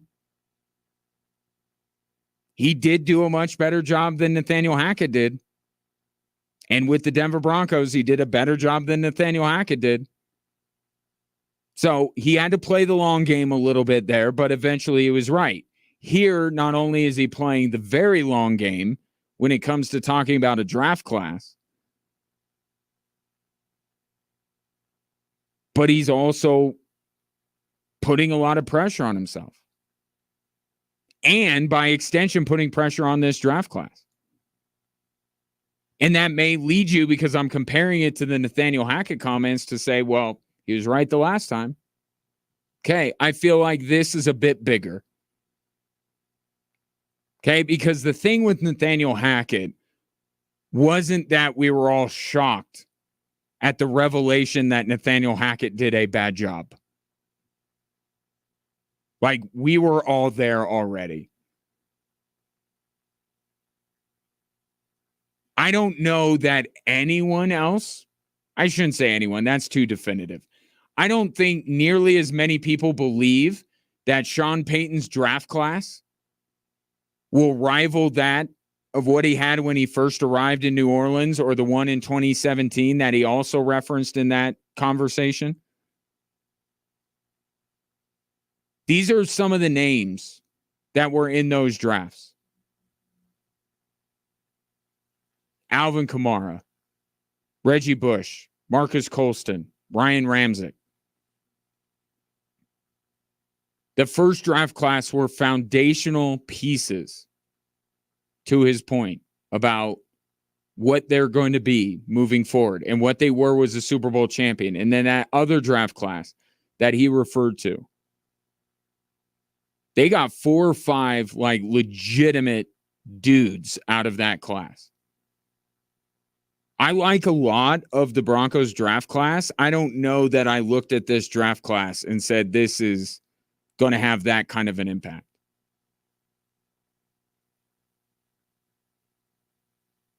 Right? Can Troy Franklin be Marcus Colston? Can Audric Estime be either, pick one, Alvin Kamara or Reggie Bush?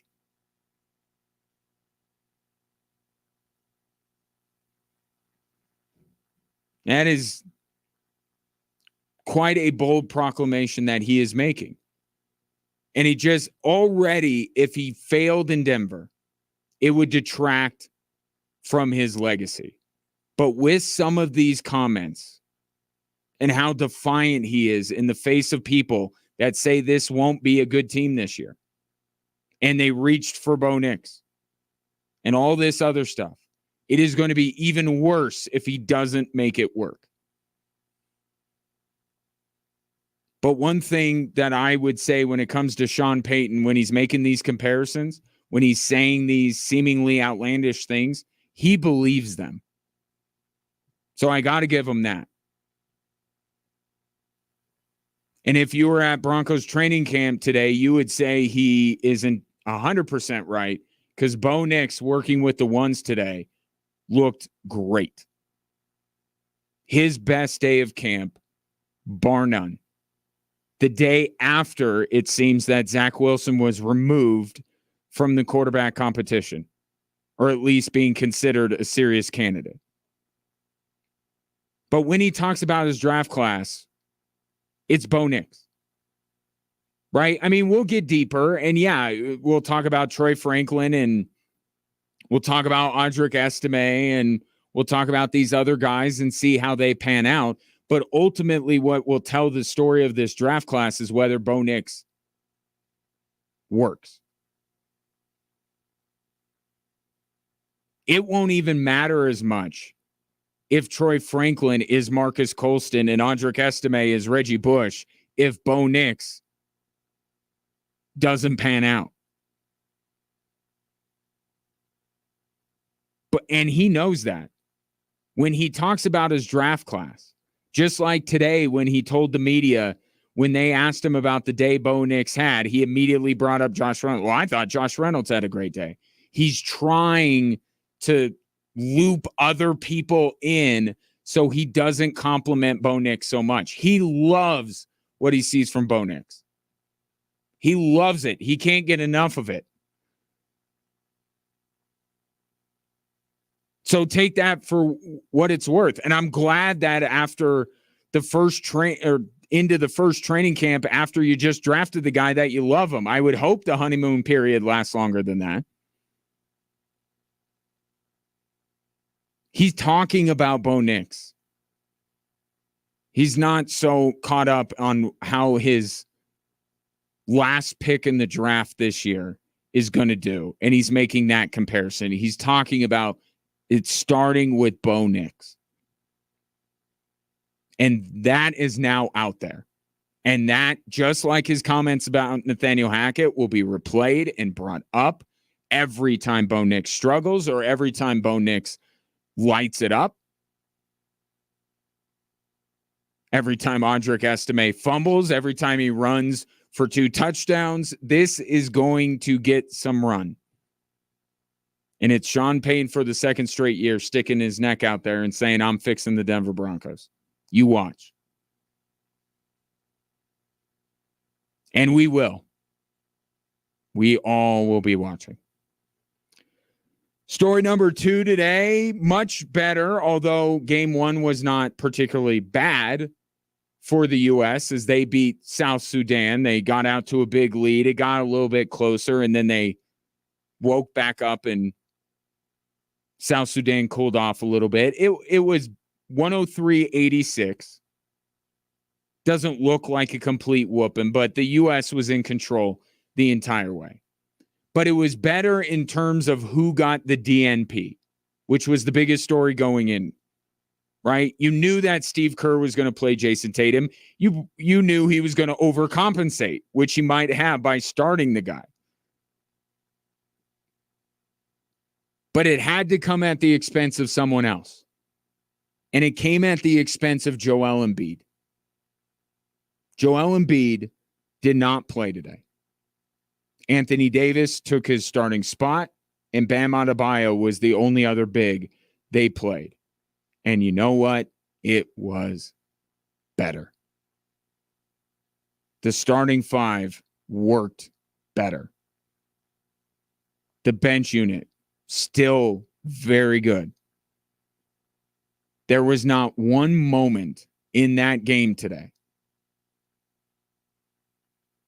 where you said, you know who they need at this point? Joel Embiid. They didn't. And it makes sense. It makes sense on why this worked better. You start Anthony Davis. If one of the biggest issues is chemistry and finding the right combination and guys working together, I don't know. How about you make 2/5 of your lineup guys that have played together for the better part of a decade, which is Anthony Davis and LeBron James? Is it really any surprise that the starting five looked much better than they have when you put Anthony Davis with his teammate? And Anthony Davis has been playing second fiddle to LeBron James since he arrived in LA. He has no problem with it. He knows how to function as not the top option. Joel Embiid doesn't. And then you get to the second unit and you're like, I got Anthony Edwards. I got Bam Adebayo. He didn't need Joel Embiid. And then and Team USA was better off. So I would say that it would just be a good idea to keep Joel Embiid out of the rotation. But I know that's not going to happen. That DNP cloud is going to hover over someone else in the next game. But it's Steve Kerr gave the people what they wanted today. They wanted minutes for Jason Tatum after he was embarrassed getting a DNP in the last game. And they wanted Joel Embiid out of at least the starting lineup. I don't know that many people outside of me were saying he needs to be out of the team entirely, but certainly out of the starting five. Steve Kerr showing to be a man of the people today, giving them what they wanted. More minutes for Jason Tatum, no minutes for Joel Embiid. And wouldn't you know it, it was better. 103-86, the final leading score today for Team USA was Bam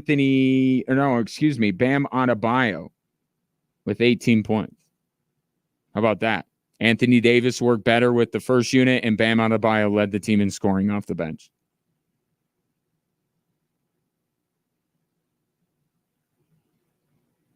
One, two, three, four, five, six scores in double figures.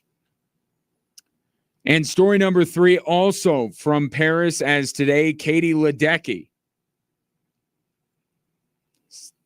just about cemented her spot without equivocation as the best female swimmer in the history of the Olympics, as she got gold in the 1,500 meters, which ties her with Jenny Thompson for the most gold medals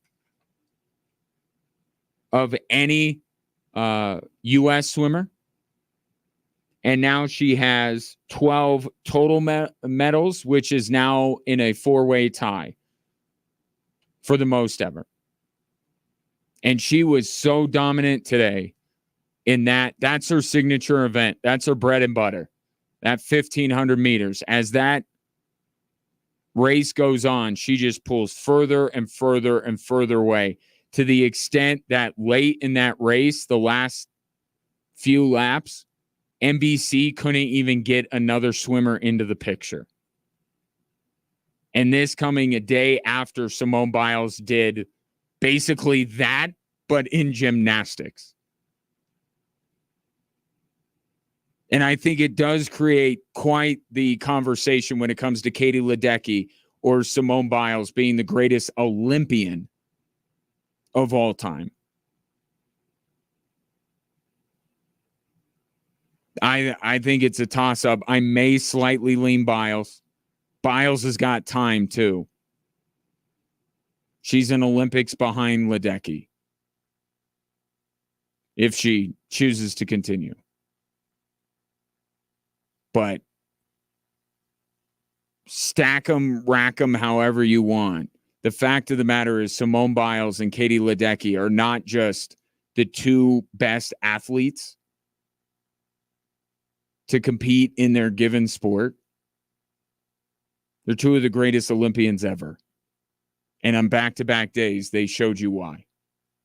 Katie Ledecky, 8 gold medals now, tied with Jenny Thompson. She has 2 events left where she can not only pass Jenny Thompson in terms of gold medals, but also pass her in terms of total medals. And if she can double up with gold the rest of the way, she would become the most decorated female Olympian ever when it comes to gold medals. Would pass gymnast Larissa Latinina. Still haven't got a name. She was a Soviet gymnast. She has 9 gold medals.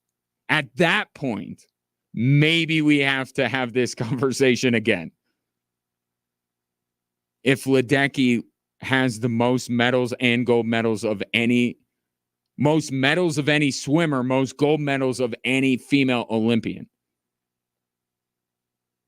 Just remarkable. And that's part of why we watch the Olympics, right? Dominance, history. And you got both today in the pool with Katie Ledecky. And later tonight, you can either relive it or watch it with the expert storytelling of the fine folks at NBC. 719-247-1313. Take your thoughts on the 3 stories that are driving the show. Coming up next, we'll stick with the Olympics. Colorado's dynamic duo of Mallory Swanson and Sophia Smith were at it again as the U.S. wins again and is on to the group stage, or past the group stage to the knockout round. That's next here on Extra Sports 1300.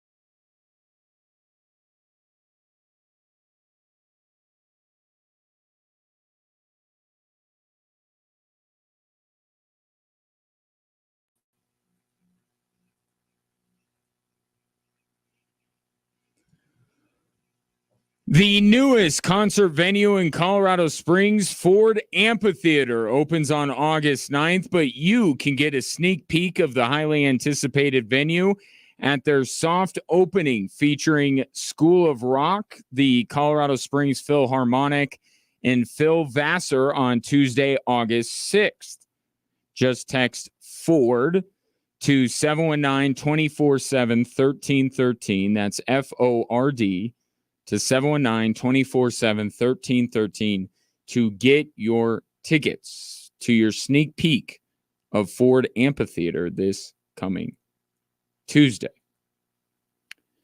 So I mentioned going into the break that the Colorado dynamic duo of Sophia Smith and Mallory Swanson were at it again. I do not want to omit Lindsey Horan, but so far in these Olympics, that has been the dynamic duo for Colorado. And then you throw in Trinity Rodman, who makes them a dynamic trio, although the alliteration falls off when you do that. Now, none of the Colorado natives scored today for Team USA, but it's okay because they got all the goals they needed. 2-1, excuse me. Australia got a late goal, 2-1. As they beat Australia, and now they win every match of group play, and they will play Saturday in the knockout stage. And while Sophia Smith, Mallory Swanson, and Lindsey Horan did not score any goals today, it wasn't for lack of trying. In that match, just in the first half alone, you got a ball sent from Horan across the face of goal. Mallory Swanson, it was kind of like the goal in the last match that Mallory Swanson scored, but she couldn't get on the other end of it. That was a close call. That absolutely would have been their first goal. Then you have Lindsey Horan, something I want to see more of, because when she first burst onto the scene for Team USA, it was her crashing the net on those headers, right? And now they got her, and even the last coach, but they all got her kind of sitting back a little bit more. And she's not attacking as much as she did when she first became a member of the U.S. national team. So I like to see that she was doing that. And that just barely was parried into the crossbar by the Australian goalkeeper. So I think there were like 4 or 5 like legitimate high danger chances. And then Mallory Swanson was bearing down on the goalkeeper and just couldn't get her foot on it, or else that would have been a goal. So like 4 or 5 grade A opportunities to score goals, and they didn't get one.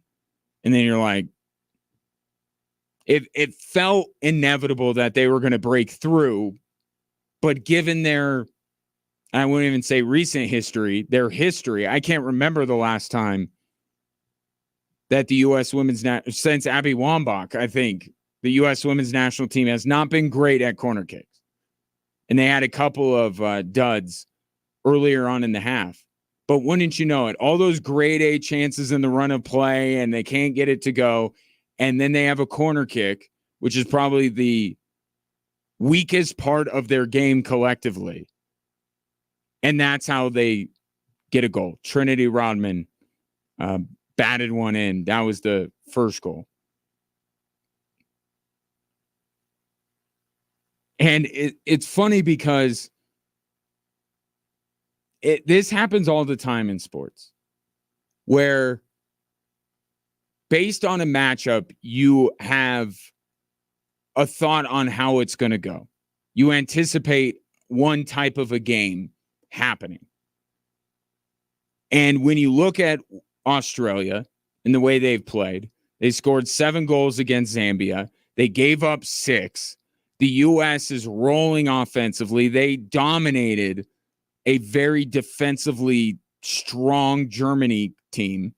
and you thought it was just going to be a goal fest, right? And the U.S. has questions about their ability to prevent goals. You thought, oh, this is going to be a goal fest. Get your popcorn ready. It was a chance fest, not a goal fest. Relatively low scoring match given what these two teams had done through the Olympics so far. But you look at the chances and you're like, that game could have been 5-1, 6-2. So even though the scoreline may say that the U.S. eked by Australia, they didn't. They were the much better team in all three of these. Much better. Now, the Germany win is the best one by far.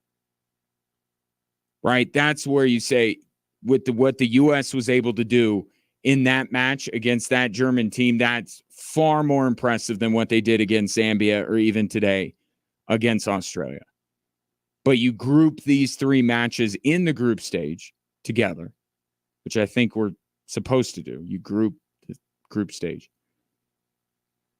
And this team is rolling.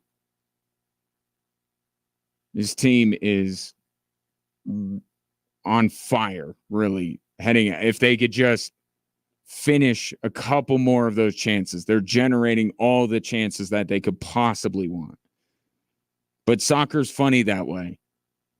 You know, sometimes you can generate all these opportunities and just not have that last touch that you need to put in the back of the net. But I have zero qualms, reservations, worries when it comes to this team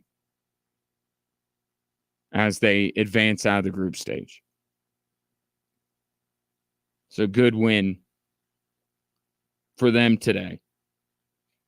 And I'm sure that we won't have to wait too long for Mal or Sophia Smith to get on the board again. They'll play Saturday, I believe, against China is who they're going to be matching up with on Saturday. And another team that is about to advance out of the group stage, unless something really weird happens, USA Volleyball on the women's side will get out of the group stage as they bounce back after a 5-set loss to China. They bounce back with a 5-set win against Serbia. I watched a lot of Serbian national team events today between basketball and volleyball. 3x3. Haley Washington, Doherty High School, Colorado Springs native. 10 points, 4 blocks. So where the U.S. is positioned looks really good. Their only match left in group play is France, which France wasn't good, isn't expected to be good. So as long as the U.S. Does their thing, they'll get through the group stages. They try to defend their gold medal. So the U.S. is still falling behind in the medal count, and we'll have another medal count at the top, near the top of the hour with Westwood One when they do their update. But it's 5 gold medals. I think China has like 9. So depending on how you look at the medal count, if it's total medals, then we're good. We're like lapping the field in those. But gold medals, still trailing. But you think about women's soccer, women's volleyball, 2 teams today that you looked at and said, yeah, they might be winning a gold. USA men's basketball, and then USA women's basketball will be back at it. Those are all good candidates. So I feel like the U.S. is going to stay down in the gold medal count, and then the last few days of the Olympics, they're going to just jump like 4 or 5 spots because all these team sports that they're poised to win gold in. Although, U.S. did lose their first match in women's volleyball, so not saying it's guaranteed, but they look really good today. 719-247-1313. And of course, you have Simone Biles, Katie Ledecky still with multiple events left. I don't know if they'll have the most gold medals of any country, but they'll get close. Although, shouldn't every member of the team count as a gold medal? That's probably self-serving. That would benefit the U.S. because of all these team sports. 719-247-1313. Want to ask you a question. Is arthritic joint pain keeping you from doing the things that you love? Why? Why are you letting it do that? Don't let it do that. If your car was low on oil or your car had a low tire, you would immediately address it. Your body's check engine light is on. Go get it serviced. There are exciting new cellular therapies that can get you lasting relief. QC Kinetics is helping patients like you every day across the country and right here in Colorado Springs because they are the nation's leader in advanced regenerative medicine. Cutting-edge treatments that accelerate your own body's healing properties, revitalizing your joints so you can move again. The local medical professionals at QC Kinetics are ready to help you get your life back with regenerative, restorative, cellular treatments for your achy joints. This is the future of medicine. Call QC Kinetics for a free consultation now, 719-347-1988, 719-347-1988, QC Kinetics, 719-347-1988.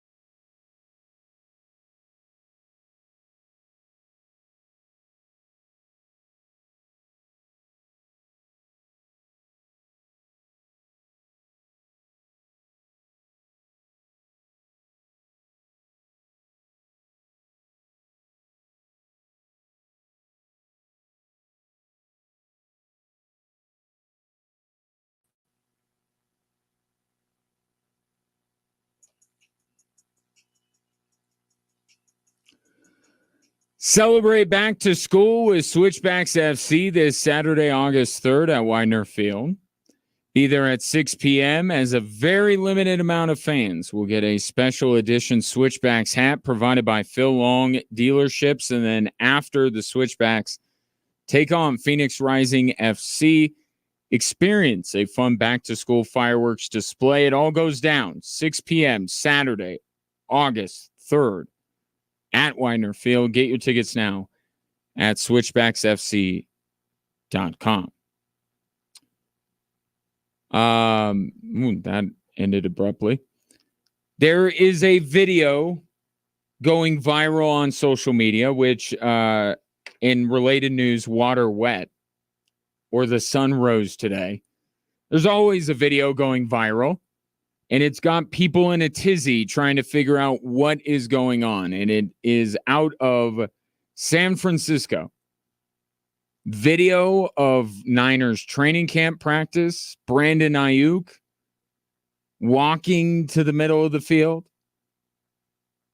where John Lynch is standing, dapping him up. Little handshake.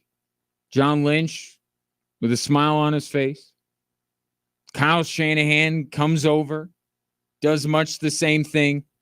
A lot of energy in the exchanges between Brandon Ayuk and John Lynch and Brandon Ayuk and Kyle Shanahan. Well, the social media detectives are on the case. And their overwhelming opinion is they don't know what the heck to make of it. Because if I told you that happened, if I showed you that video and said Brandon Ayuk signed an extension with the 49ers, you'd be like, yeah, I could see that. They're celebrating a contract extension. Or I could tell you that Brandon Ayuk has just been traded to the Pittsburgh Steelers, and you'd be like, oh, they were wishing him goodbye.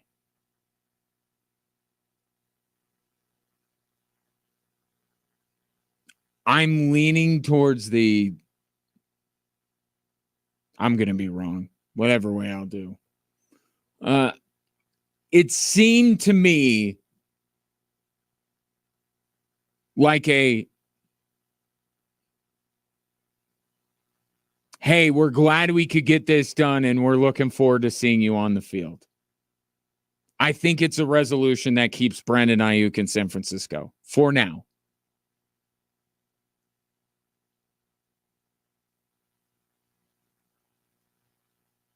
If this thing turns out to be like a Brandon Ayuk found out that he's going to be a dad or something like that, I'm going to be so upset. It must be about football. It must be about the things we care about, not a human interaction. There are no human interactions allowed. You're not allowed to do things that will go viral on social media because of normal everyday things like having a child. I shouldn't say normal everyday things because it's not. Hey, it's fairly normal, but it's not something that happens every day unless you're Tyreek Hill. Hi-yo. That's probably going to be what it is. Brandon Ayuk just found out he's going to be a dad, or Brandon Ayuk got a dog. It's a very cute dog. It's the dog from Deadpool and Wolverine, and they're all very excited about it. I think Brandon Ayuk stays in San Francisco for this season. I do. I mean, you're trying to win a Super Bowl. You know that there's going to be a parting of the ways. You know you're going to have to pay Brock Purdy after this.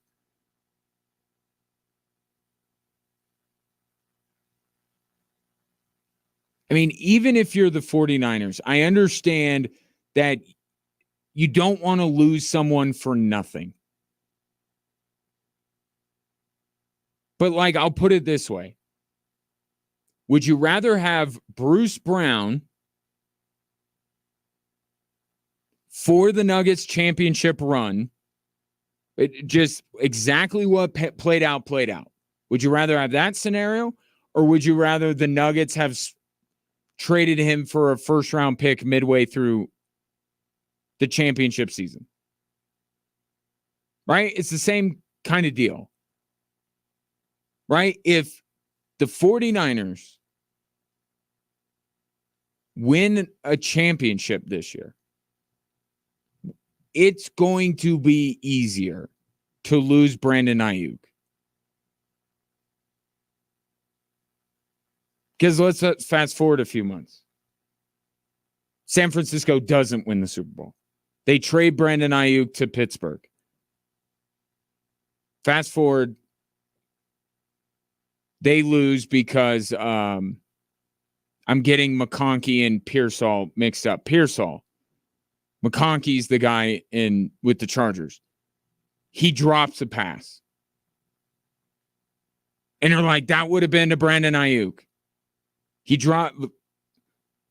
Pearsall dropped a pass in the Super Bowl that would have been caught by Brandon Ayuk. Trading Brandon Ayuk cost the 49ers the Super Bowl.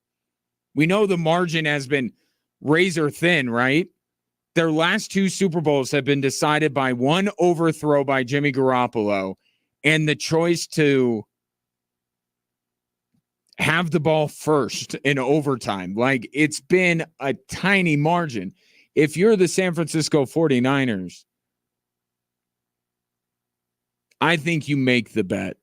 I think you make the bet that with Brandon Ayuk, we can win a Super Bowl.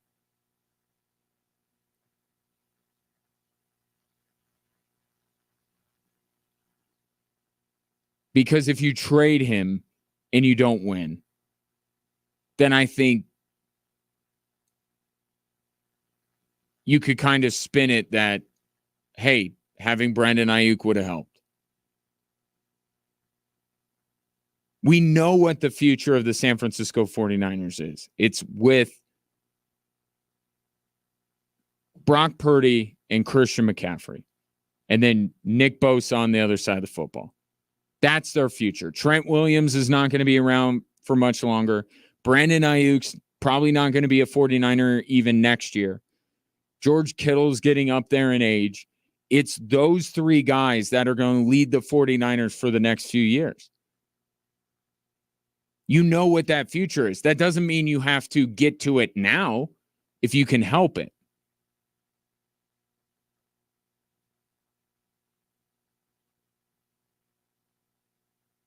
So maybe I'm doing a little confirmation bias here.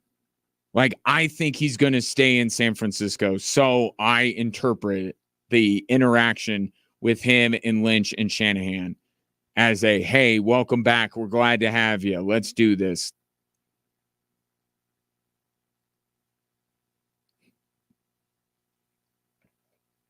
And also, too, that kind of interaction tells me that these contract negotiations are not contentious. Right? Like, there's no ill will between the two parties. As much as Brandon Ayuk, kind of made it feel like there was. Right? With all his social media postings. I don't know that John Lynch would have a big grin on his face and be hugging Brandon Ayuk if he traded him. Like, hey, you're not going to be on this team anymore, and we're slightly worse for the rest of this year. Come here.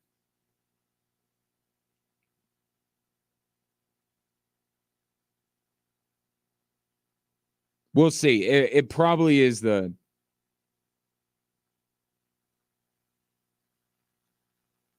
John Lynch saying, hey, I saw the parking spot that you got in the lot there. Well done. And then John's like, hey, Kyle, did you see the parking spot Brandon got in the parking lot? I know they have assigned parking. I'm just saying it's probably something that has nothing to do with anything that we care about.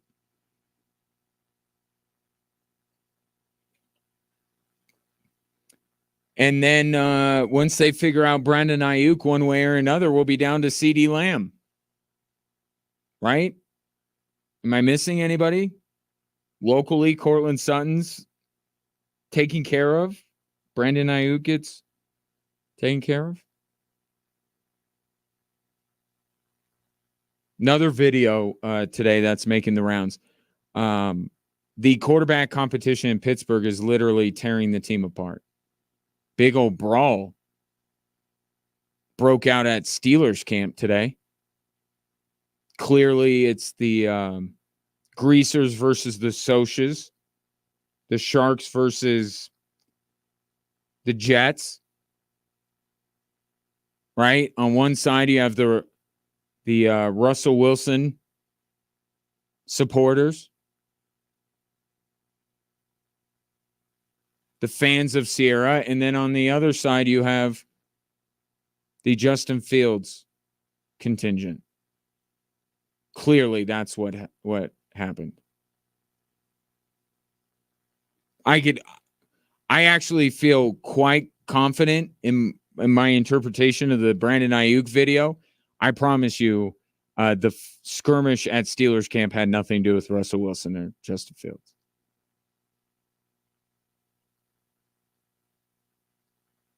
I would think. I would hope. Because the Broncos are finding a way to be civil through all this quarterback unrest. Why can't the Steelers do it? They're supposed to be this model franchise.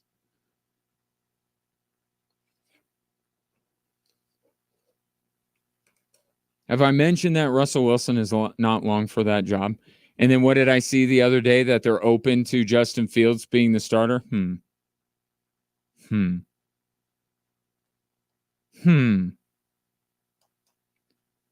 We'll see. But there's enough going on in Denver.